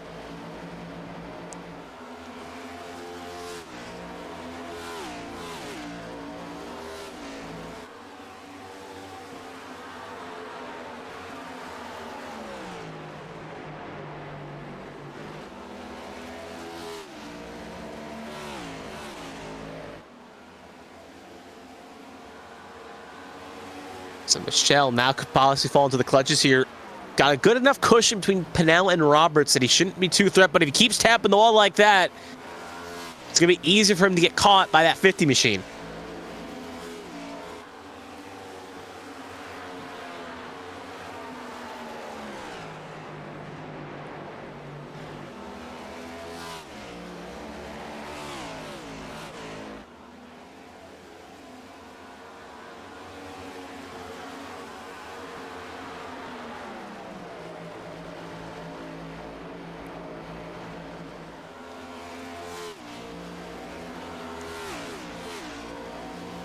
As Cody Pinnell is again keeping it, checking in on that 25. Who's had to past couple laps have been a bit chaotic, and he's in the wall again. That 25. He's really struggling. That one he's mistake. Struggling even more there. He's gonna lose spots, big time.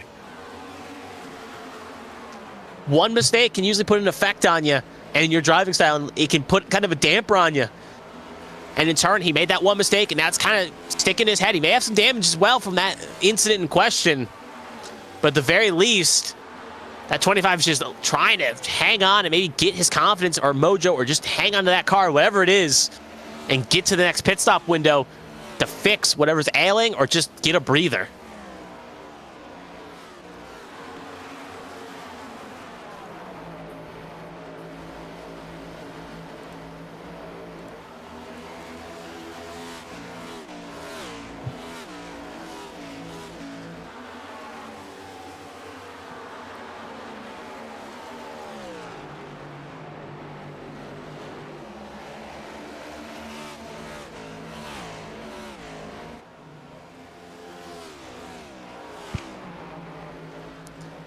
Is he gaming right now? Still setting sail up front. That time by, he was faster than Cody Pinnell by 2/10. And you can see Matthew Kent getting put a lap down there.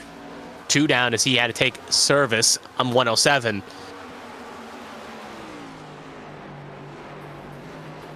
And it's not what these cars battling here want to see, because he's going to have fresh tires, and he's going to be kind of a bit of a foreign for these two cars around him. Pinnell's even kind of saying the radio, I'll let you go, because right now, fresh tires, he's going to be kind of poking and prodding, and you don't want that behind you when you're trying to set laps, try to catch the leader right now in the 61.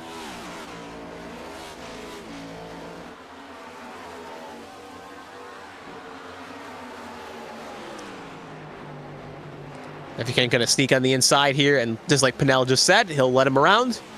So now he's kind of hoping Matthew King can get up there, reel in that 61 with his fresh tires, and kind of, again, be a little bit of a nuisance to reel him in.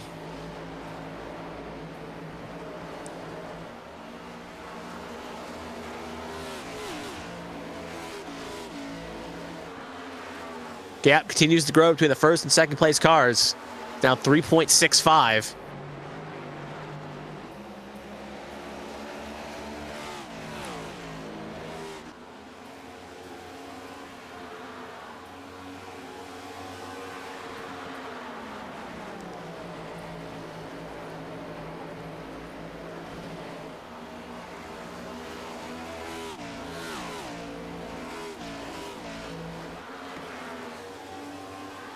Ooh, they're getting a little bit racy in the back there. You can see Michael Joy under pressure from Austin Pinnell there, and Heather Place in Estes.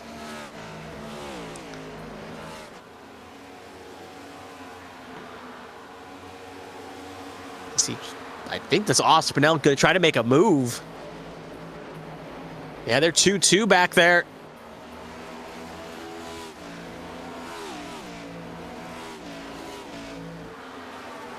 Oh, almost touched there. A little further back. They'll keep it straight, but almost a three-wide catastrophe between Feather Place, Purnell, and Estes. And Ospel gonna end the big loser, end up losing 2 spots.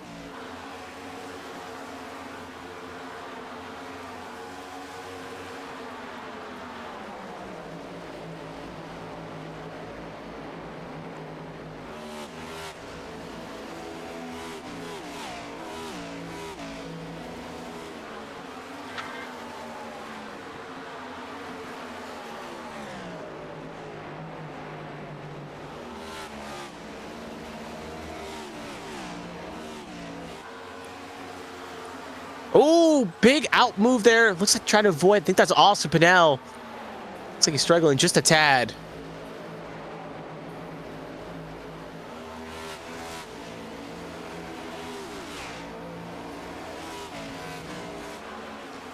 Ooh, almost a wall tap by Tommy Reynolds.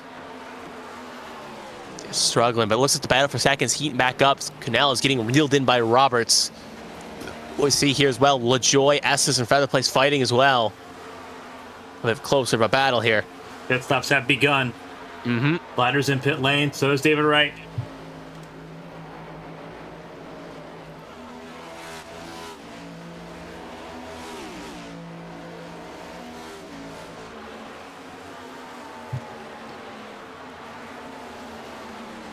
As this gets through.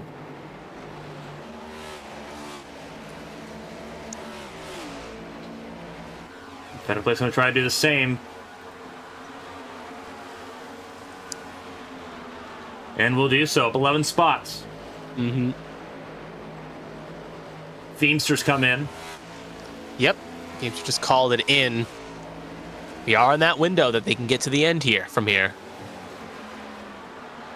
But the advantage is if you come in early, you'll get fresher tires to try to gain positions for time. But the downside is, as we saw a couple weeks ago, actually, no, we saw it during the Admin Box Cup Series, tire advantage could, if your tires are a slight disadvantage, you can reel it in if you got the pace. So there's a risk and a reward. The other could get you the time early, but the risk is possibly putting a lap down, or in turn later in the stage, you may end up getting past. But it looks like everyone coming on in. Roberts, Gaiman, Cody Purnell, all taking the inroad here. Sears gonna stay out one more. He'll inherit the lead. So Line Power going with an alt strategy here, going to extend it as long as they can, maybe an extra lap or 2. And this is the money stop. You do not want to make a mistake here. Speed, miss your box, slide your tires. You don't want to do any of that. And put yourself in a bad situation even worse.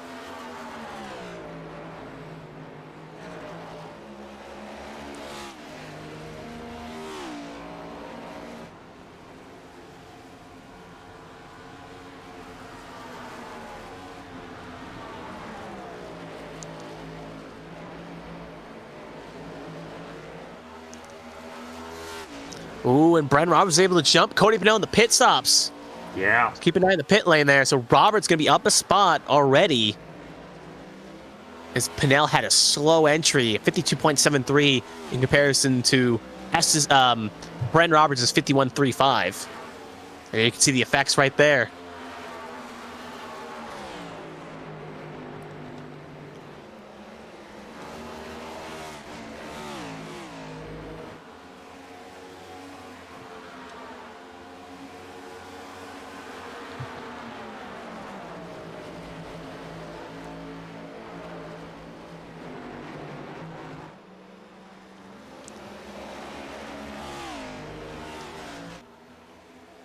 There's Sears, Tom Sears.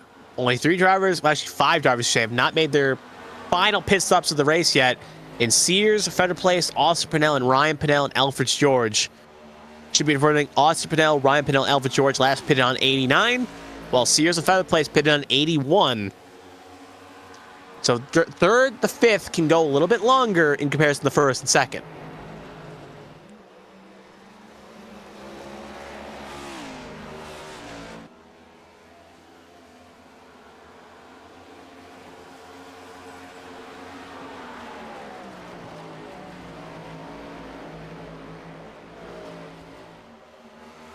It looks like it's going to be time for the 34 to pit. Tom Sears will follow in, if not this time by, next time by. They've gone as long as they can on this stage.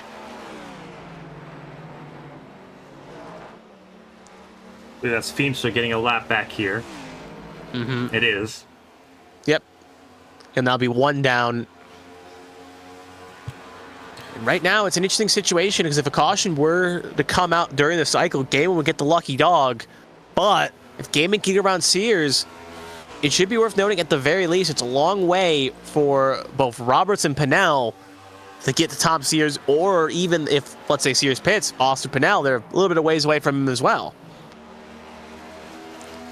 So right now, caution would be basically shaking up a snow globe, and Gaiman gonna take the pressure off here. He will get around Sears, so now he is back on the lead lap, giving us 5 on the lead lap right now at the moment, but obviously, as the pit stop window cycles through, that will change.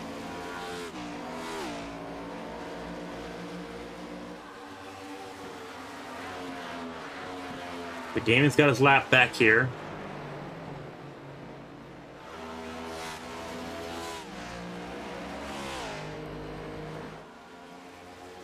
Tom Sears just hoping for a caution or something to happen here. I just say there's no way he's gonna make it on fuel from here. There's no way. No, he pitted on 81. 91, 01, 11, 21, 31, 41. That'd be about 60 laps of fuel.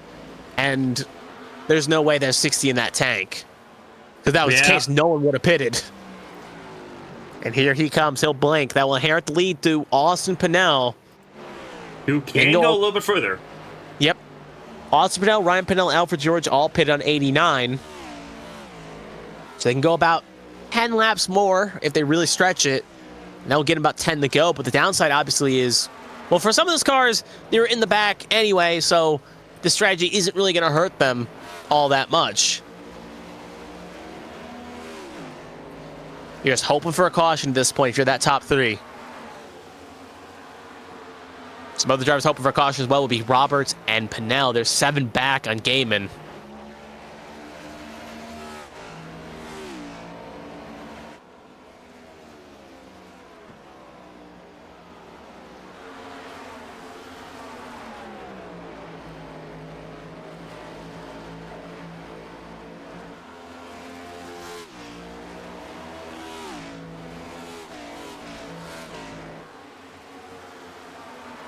Alfred George in.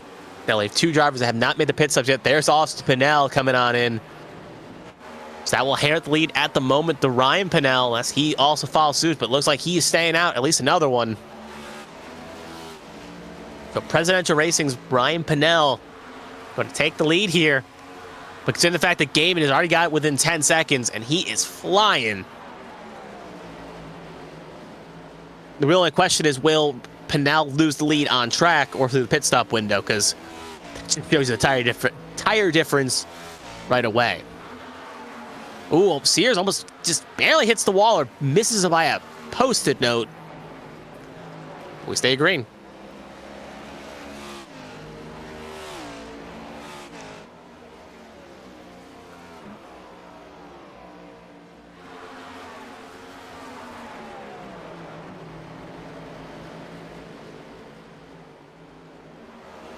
And now trying to lead as many laps as he can.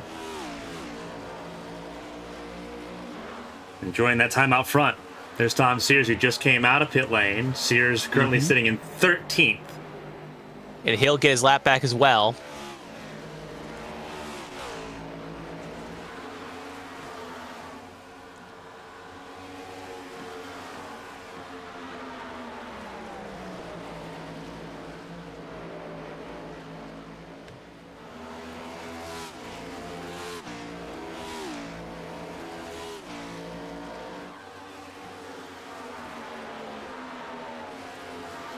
And distance between Pennell and Gaiman is now falling down to 5 seconds. And again, just to show you the delta change between fresh tires and older tires. Last time by, 29.45 for Joshua Gaiman, a 31.08 for Ryan Pennell. Gaiman, Roberts, and Pennell, Cody Pennell, all running 29 fives, I should say. And they are cutting in about 2 seconds at worst, 1.5 seconds at best, to current leader Ryan Pennell. who should be making his last pit stop relatively soon here, as he's pushed that tank as far as he probably can. Meanwhile, battle for second, Cody Pennell just got around Bren Roberts. I mean, third, I should say, second when it all cycles through.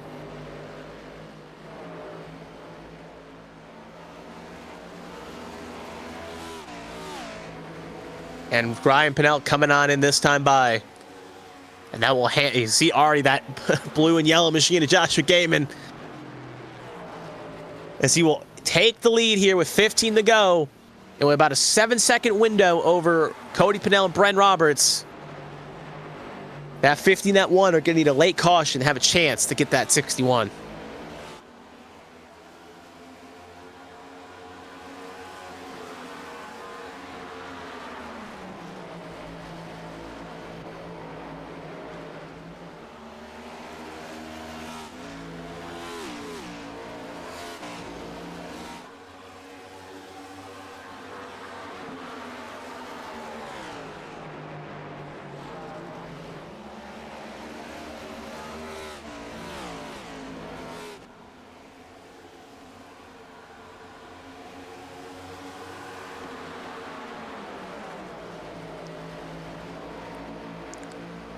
So you can see Cody Pennell and Bren Roberts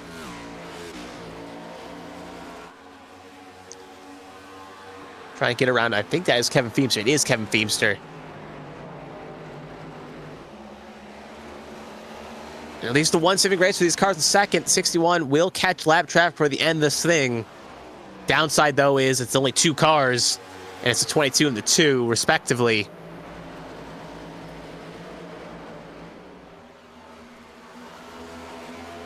They should presumably yield. There's obviously a bigger cluster of cars, but that cluster of cars is about half of a half ahead of our current race leader.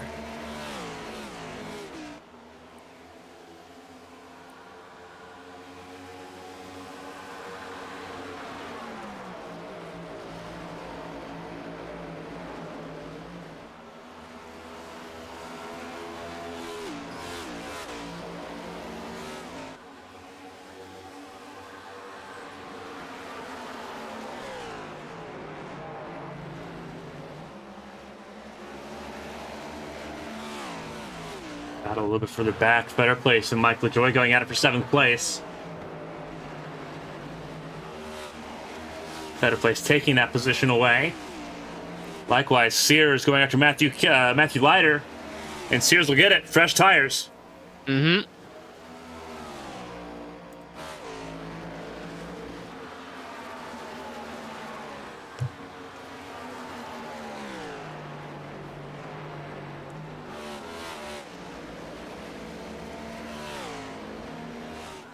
There's Toby S. as he's not too far away from the fray. You can see of Pennell and Roberts sniffing a podium here if you can find a little bit of time, but it's a tall ask to make up 3 seconds around here. It really is.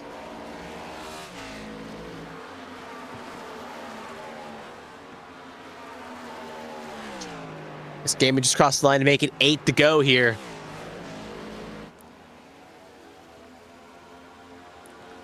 And Cody Pennell stuck behind that vehicle of Austin Pennell right now. Just trying to find a way around, but just cannot get the job done.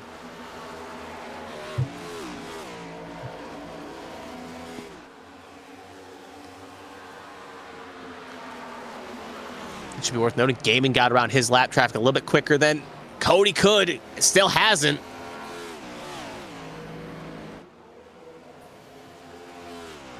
That's just a cog in the monkey wrench right now.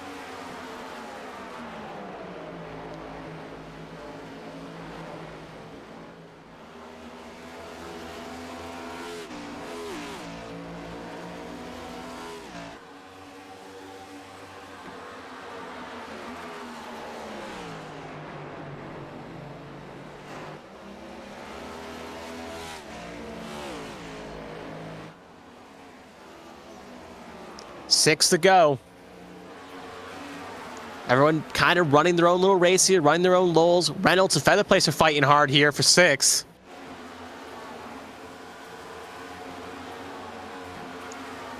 His current points leader and the driver with the most wins are fighting hard here. Could be shades of what we may see at Phoenix. We could also see it Miami, as Featherplay is going to take a run here on the inside. And he'll get the job done.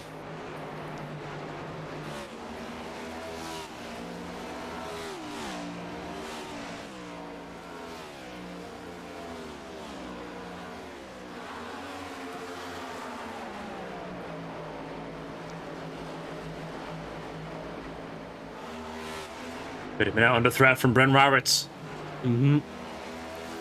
With 4 laps to go. Now struggling at least a little bit here.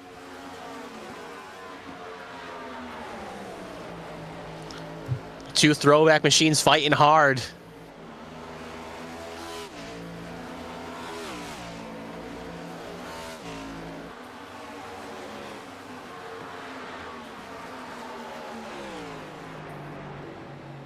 Ready to go.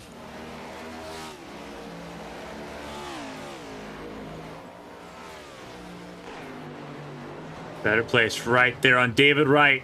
David Wright gets loose. Better place gets loose. Save it. No caution. Lap cars battling.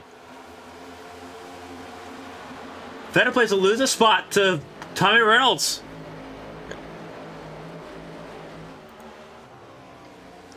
And that's, just stinks. Right now, that was almost the moment that Pennell Roberts needed, but it's like an angel's kiss. It's gone as we're 2 to go. And right now, Gaiman's just hoping whatever that was can just settle out for at least 1 more lap. And then he can take the white, and he doesn't have to worry about it anymore.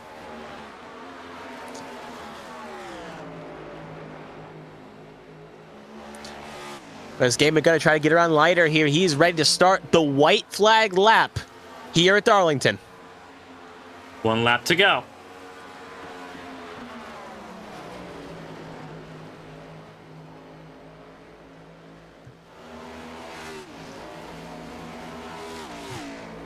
Gaiman does not have to force this issue around this lap car. Really no real reason to do it.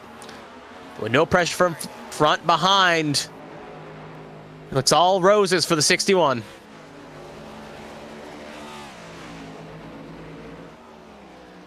And he comes off of 4. He's going to go down low, and he is going to win the A² ARCS Father's Day 250 here at Darlington. Second win of the season for Gaiman. Cody Pennell going to come home in second, hang off from a late charge from Brent Roberts. Estes 4th. We're going to wait for some more cars across here. It looks like David Wright's going to bring it home in 5th. Tommy Reynolds gets 6th back. Featherplace falls down to 7th. And as the rest start to cross here, LaJoy 8th, Sears 9th, Briley Wright, that'll be your top 10. But Gaiman, up 15 spots from where he started, had that incident in the heat race, came all the way back up, and ends up winning this race. Just shows if you got a fast car, you can come from the back. It's not easy, but it's doable.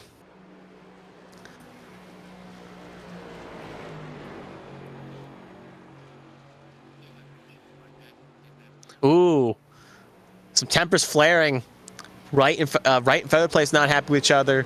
A few other drivers not happy as well, but that's still not going to take the win away from Gaiman.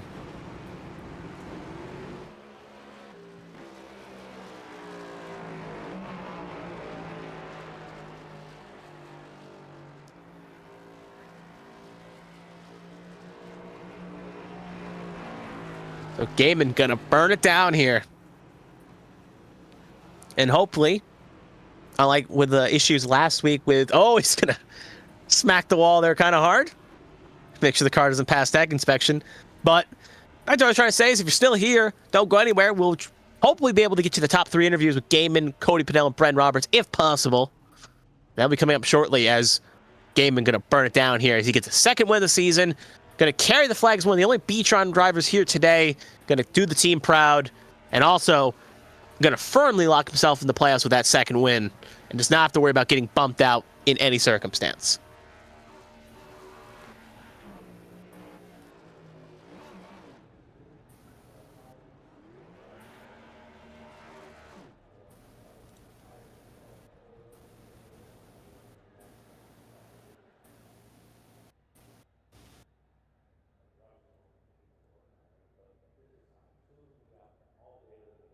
We'll hear from the podium finishers here in just a second. We appreciate everyone spending your Father's Day with us here on ABN. Going to be a very interesting breakdown of this race, especially the further down you go out of the top three.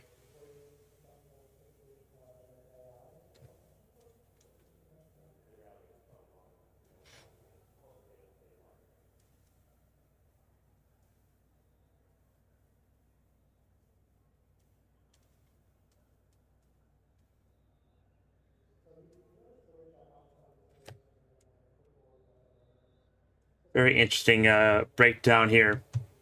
Mm-hmm. We'll go through the race results while we wait. Josh Gaiman, the race winner, over Cody Pennell and Bryn Roberts. Sunday Money Racing finishing second and third. Bandit Racing in fourth. Toby Estes, then David Wright in fifth.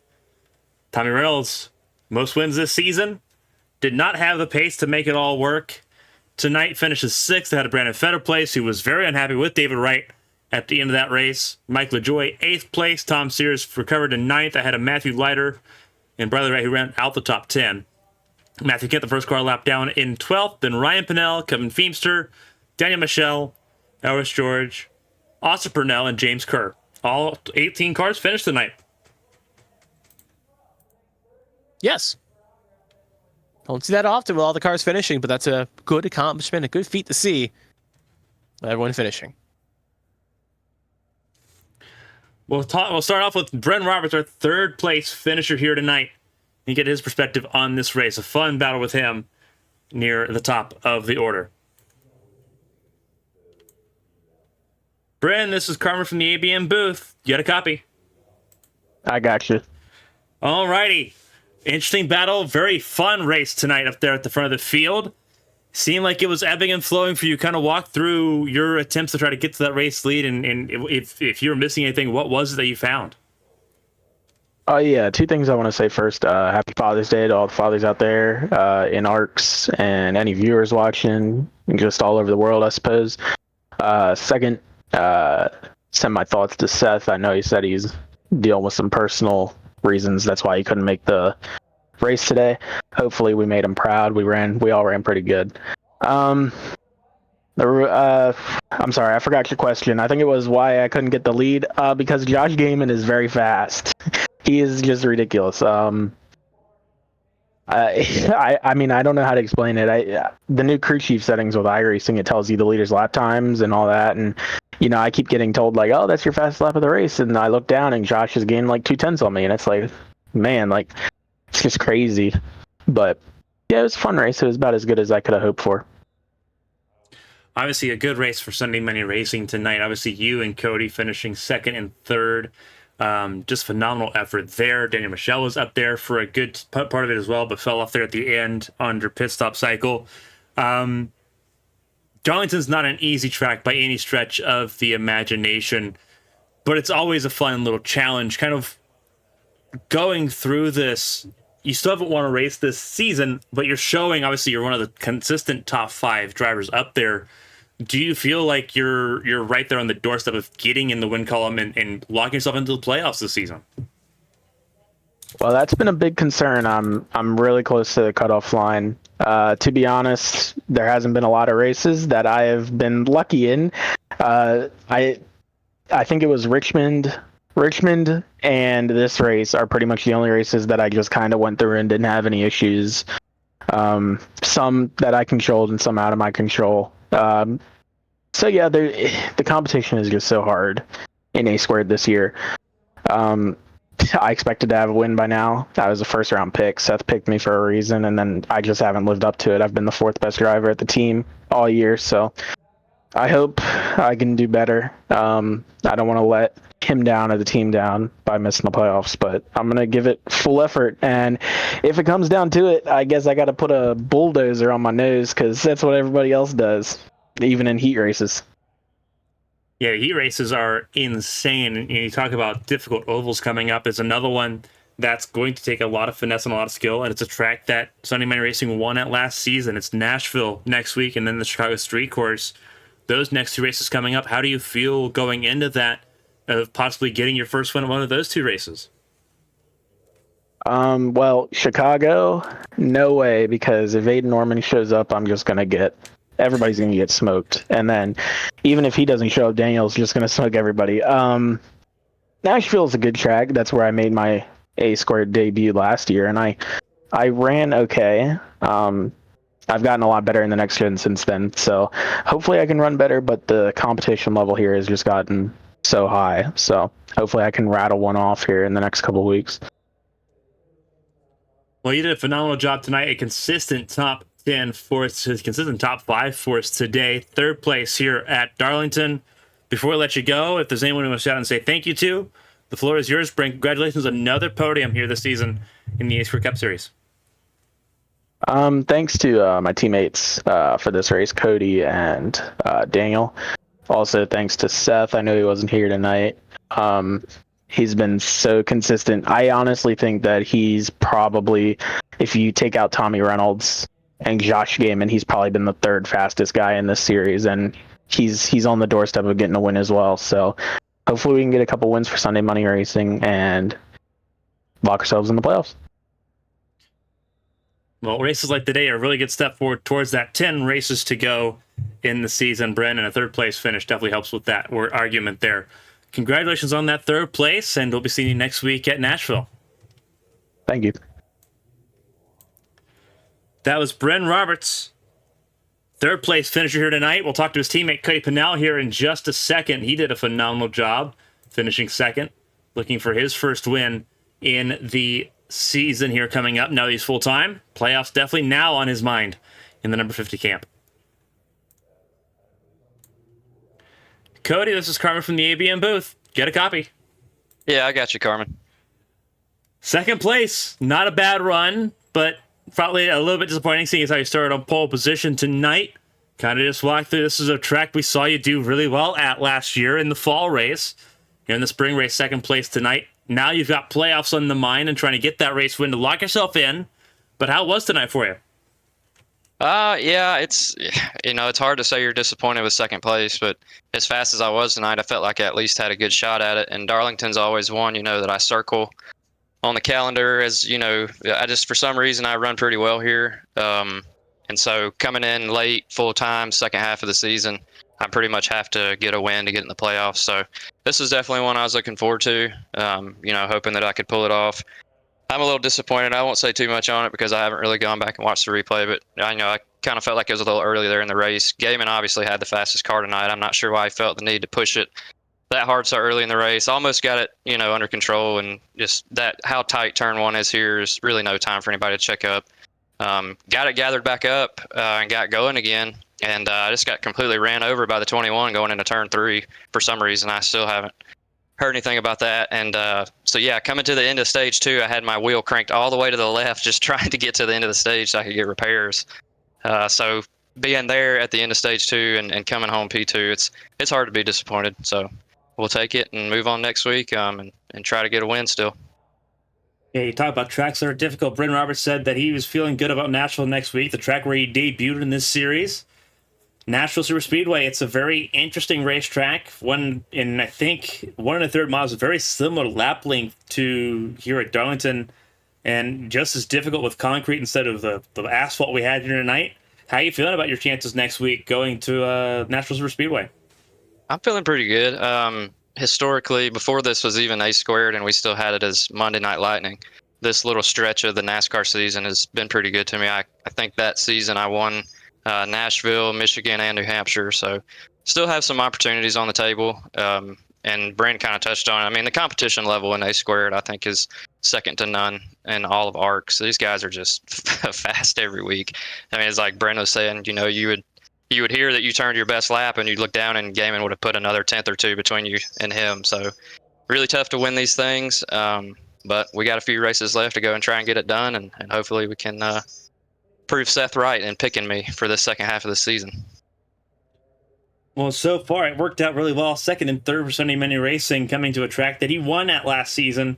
Going to be a very interesting time next week indeed. Before I let you go, if there's anyone to shout out and say thank you to for tonight's race, the floor is yours. Another podium. Welcome back to the podium here in A squared with a lot of races left to go to the playoffs. Yeah, thank you, Carmen. huge shout out to Seth. Obviously, Brent kind of touched on it, but he's kind of got some things going on in his life right now. Really hoping we could come in here and get a win for him tonight. But hopefully 2 of us on the podium will do. Shout out to Brent and Daniel. I felt like we had a pretty good strategy there at the end, and Daniel had some trouble in the pits. So what could have been there, but it's fun to have guys on your team like that. They're just quick every week. It really kind of opens up your options strategy wise. And I got to shout out you and Kevin for doing the broadcast. It always looks great. It's always a pleasure to go back and watch it over again. And thanks to Ryan. I know it's a little bit of a headache for him week in and week out putting this on, but I definitely appreciate him, having somewhere for us to race on Sunday nights. So we'll look forward to next week and try and get it done there. Well, you did a phenomenal job tonight. Second place after pole position here tonight. Always fun seeing M50 roll around here on track. Almost a race win tonight with Nashville coming up in Chicago in 2 weeks. Cody, we'll see you there. And good luck if we don't talk to you before then. Yep, looking forward to it. Thank y'all. That was Cody Pennell, the second place finisher here this evening. We have one person to talk to, and that is the race winner, Josh Gaiman, second win of the season. He had 5 wins at this point last season. He's only got 2. It kind of speaks to what Cody and Brim were saying. Competition's way harder, and Josh Gaiman knows that. But second race win almost guarantees a playoff berth now, no matter what happens in these next 10 races. Josh, this is Carmen from the ABM booth. You got a copy? I got you. What a battle. What a race win. 7 seconds ended up being the gap, but it was not easy. Had a little bit of an up and down stretch the first half of the race, but kind of walked through it, getting through that first half of the race and then setting sail in the third. Yeah, the first stage there was just kind of tough. It was really, really tough to pass people, but eventually I got some lucky breaks with guys getting loose out of 2 or, maybe clipping the wall or whatever. And just trying to make my runs down into 3 as much as I could, especially after the heat race. And then, throughout the race, I started getting a little bit more confident with it. Maybe if I get to the outside of somebody, make a move. The incident that happened towards the middle of the race, I guess it was, I think we just kind of met in the middle. And wasn't really, it was just kind of, one of those things where it's Darlington turn 1, it just happens. But, the third stage, once I got out in the lead and had that pit stop, I knew as long as I hit the entry good, I was able to just kind of take my time and pass lap cars as I got to them, or, let them pass me before I pit or whatever. It worked out phenomenally. You had so many of the Sunday Mini racing cars up at the front, and tonight you were one of the only ones for Beachron Racing in this field, and you still made it work. How important is a race like Darlington to you? Obviously, your second race win, it kind of just automatically, whatever happens, you're in the playoffs at this point, because it seems like you're going to need a second win to have that guarantee. How important was that tonight, and how easy does it kind of make going into Nashville and Chicago, 2 races that are still a bit of a question mark as far as like what we're going to see in those races? My hot take of the day is that I think this is the best oval combo in the entire service. This car at this track, for some reason, just clicks. Every race I've done here is incredible, even through the official races and stuff that I've done here. The next gen car just clicks at this track. Like it doesn't feel this good at any other track for whatever reason. Maybe it's just because it's an old track and beat up, and these cars just like that. But it's every time I go to this track, I want to win, just because it's such a prestigious track, and it's been so long since they've even touched the track. So it just feels better to win here than it does at other places. Well, obviously, it's going to feel even better. Second race win of the season, and a decent gap to boot. 7.25 seconds to gap to Cody Pennell tonight was the margin of victory for you here this evening, with Nashville River Speedway coming up a week from now. Before we let you go and let you celebrate your race win, if there's anyone to shout out and say thank you to, Josh, the floor is yours. Once again, a race winner for the second time this season, your 6th time in the A-Squared competition. Yeah, I'll shout out for Jeremy for picking me up in the draft. It was definitely a lot of fun to do a draft for a racing series. A really interesting, cool way to go about that. And shout out to my sponsors, 213 Simware, Maconi Setup Shop, and W Energy. I'd say it's going pretty good. Got a couple of wins this year, and some good races here and there. And shout out to all the ARCS guys for putting these series together and racing almost every night of the week. It's having run my own series and only race 2 nights a week. It's a lot of work to even do 2. I can't imagine doing 5 or 6. Sometimes more than 1 race a night. It's chaotic to say the least. And shout out for you and everyone that does stuff over at ABN. It's always a blast. Well, Josh, you are once again a race winner on Father's Day weekend here at Darlington, Nashville a week from now, and obviously a lot of racing in between as ABN gets ready to celebrate its Pride Week. So we're going to see you very soon. But until then, Josh, enjoy the race win. We'll see you later this week as we get ready. Obviously, we have Watkins Glen in Kentucky all week long. So we get ready to see you for that. But enjoy the race win tonight. Enjoy your Father's Day weekend. And we'll be seeing you again no later than Wednesday. Tomorrow, actually. You racing Aragon? Yeah, I missed the first race because I'm stupid. Well, we'll see you there at Motorland Aragon then tomorrow night for the Pro Sprint Cup. Then, awesome. Are you in GTP or LMP3? The caddy. I completely went brain dead. Oh, great! You can beat me one more time before my birthday. Awesome, great, love it, love it. Well, I'll see you tomorrow night then, so you can wipe the floor with me. Yeah, absolutely. Have a good night. You too. That's Josh Gaiman, race winner here in Darlington, and probably going to be race winner tomorrow night in the Pro Sprint Cup. Always a fun time racing with Josh Gaiman, whether racing with him or talking with him. He's a fun character. I absolutely love it, and congratulations to him on the race win tonight. Race winner at Darlington for the 2nd time this season. That was a fun race. 148 laps, 250 miles here on Father's Day night. As I mentioned there just a little bit ago, Pro Sprint Cup not broadcasted, but if you have iRacing and you're interested in sports car stuffs, join us here on ABN Monday evenings between now and late July. The LMDH cars, the new era of top-tier prototype racing, and LMP3s, racing Monday nights, 45-minute races for those events. Tuesday night, for Atlantic, the last race of the season, also my birthday. So yay, hippie, hurrah. Maybe streaming for that one. Maybe streaming more than just racing for that day as well. And then Wednesday begins a lot of our main Pride celebrations. Wednesday, Thursday, Friday, all at Kentucky Speedway. We'll hope you're there for all of it. On behalf of everyone here for ARCS, Darkside Mustangs, Midwest Barbecue, and everyone here for ARCS, and everyone here at ABN Studios, my co-commentator Kevin Young, I'm Carmen Sienna. Thank you all so much for spending your Sunday evening with us here. Have a happy Father's Day evening. We'll see you later this week, most likely at Kentucky for Wednesday night's ABN Cup Series action. Until then, stay safe, stay healthy, try to have some fun the rest of this weekend going into next week, but we'll see you next time from Kentucky. So long, everybody.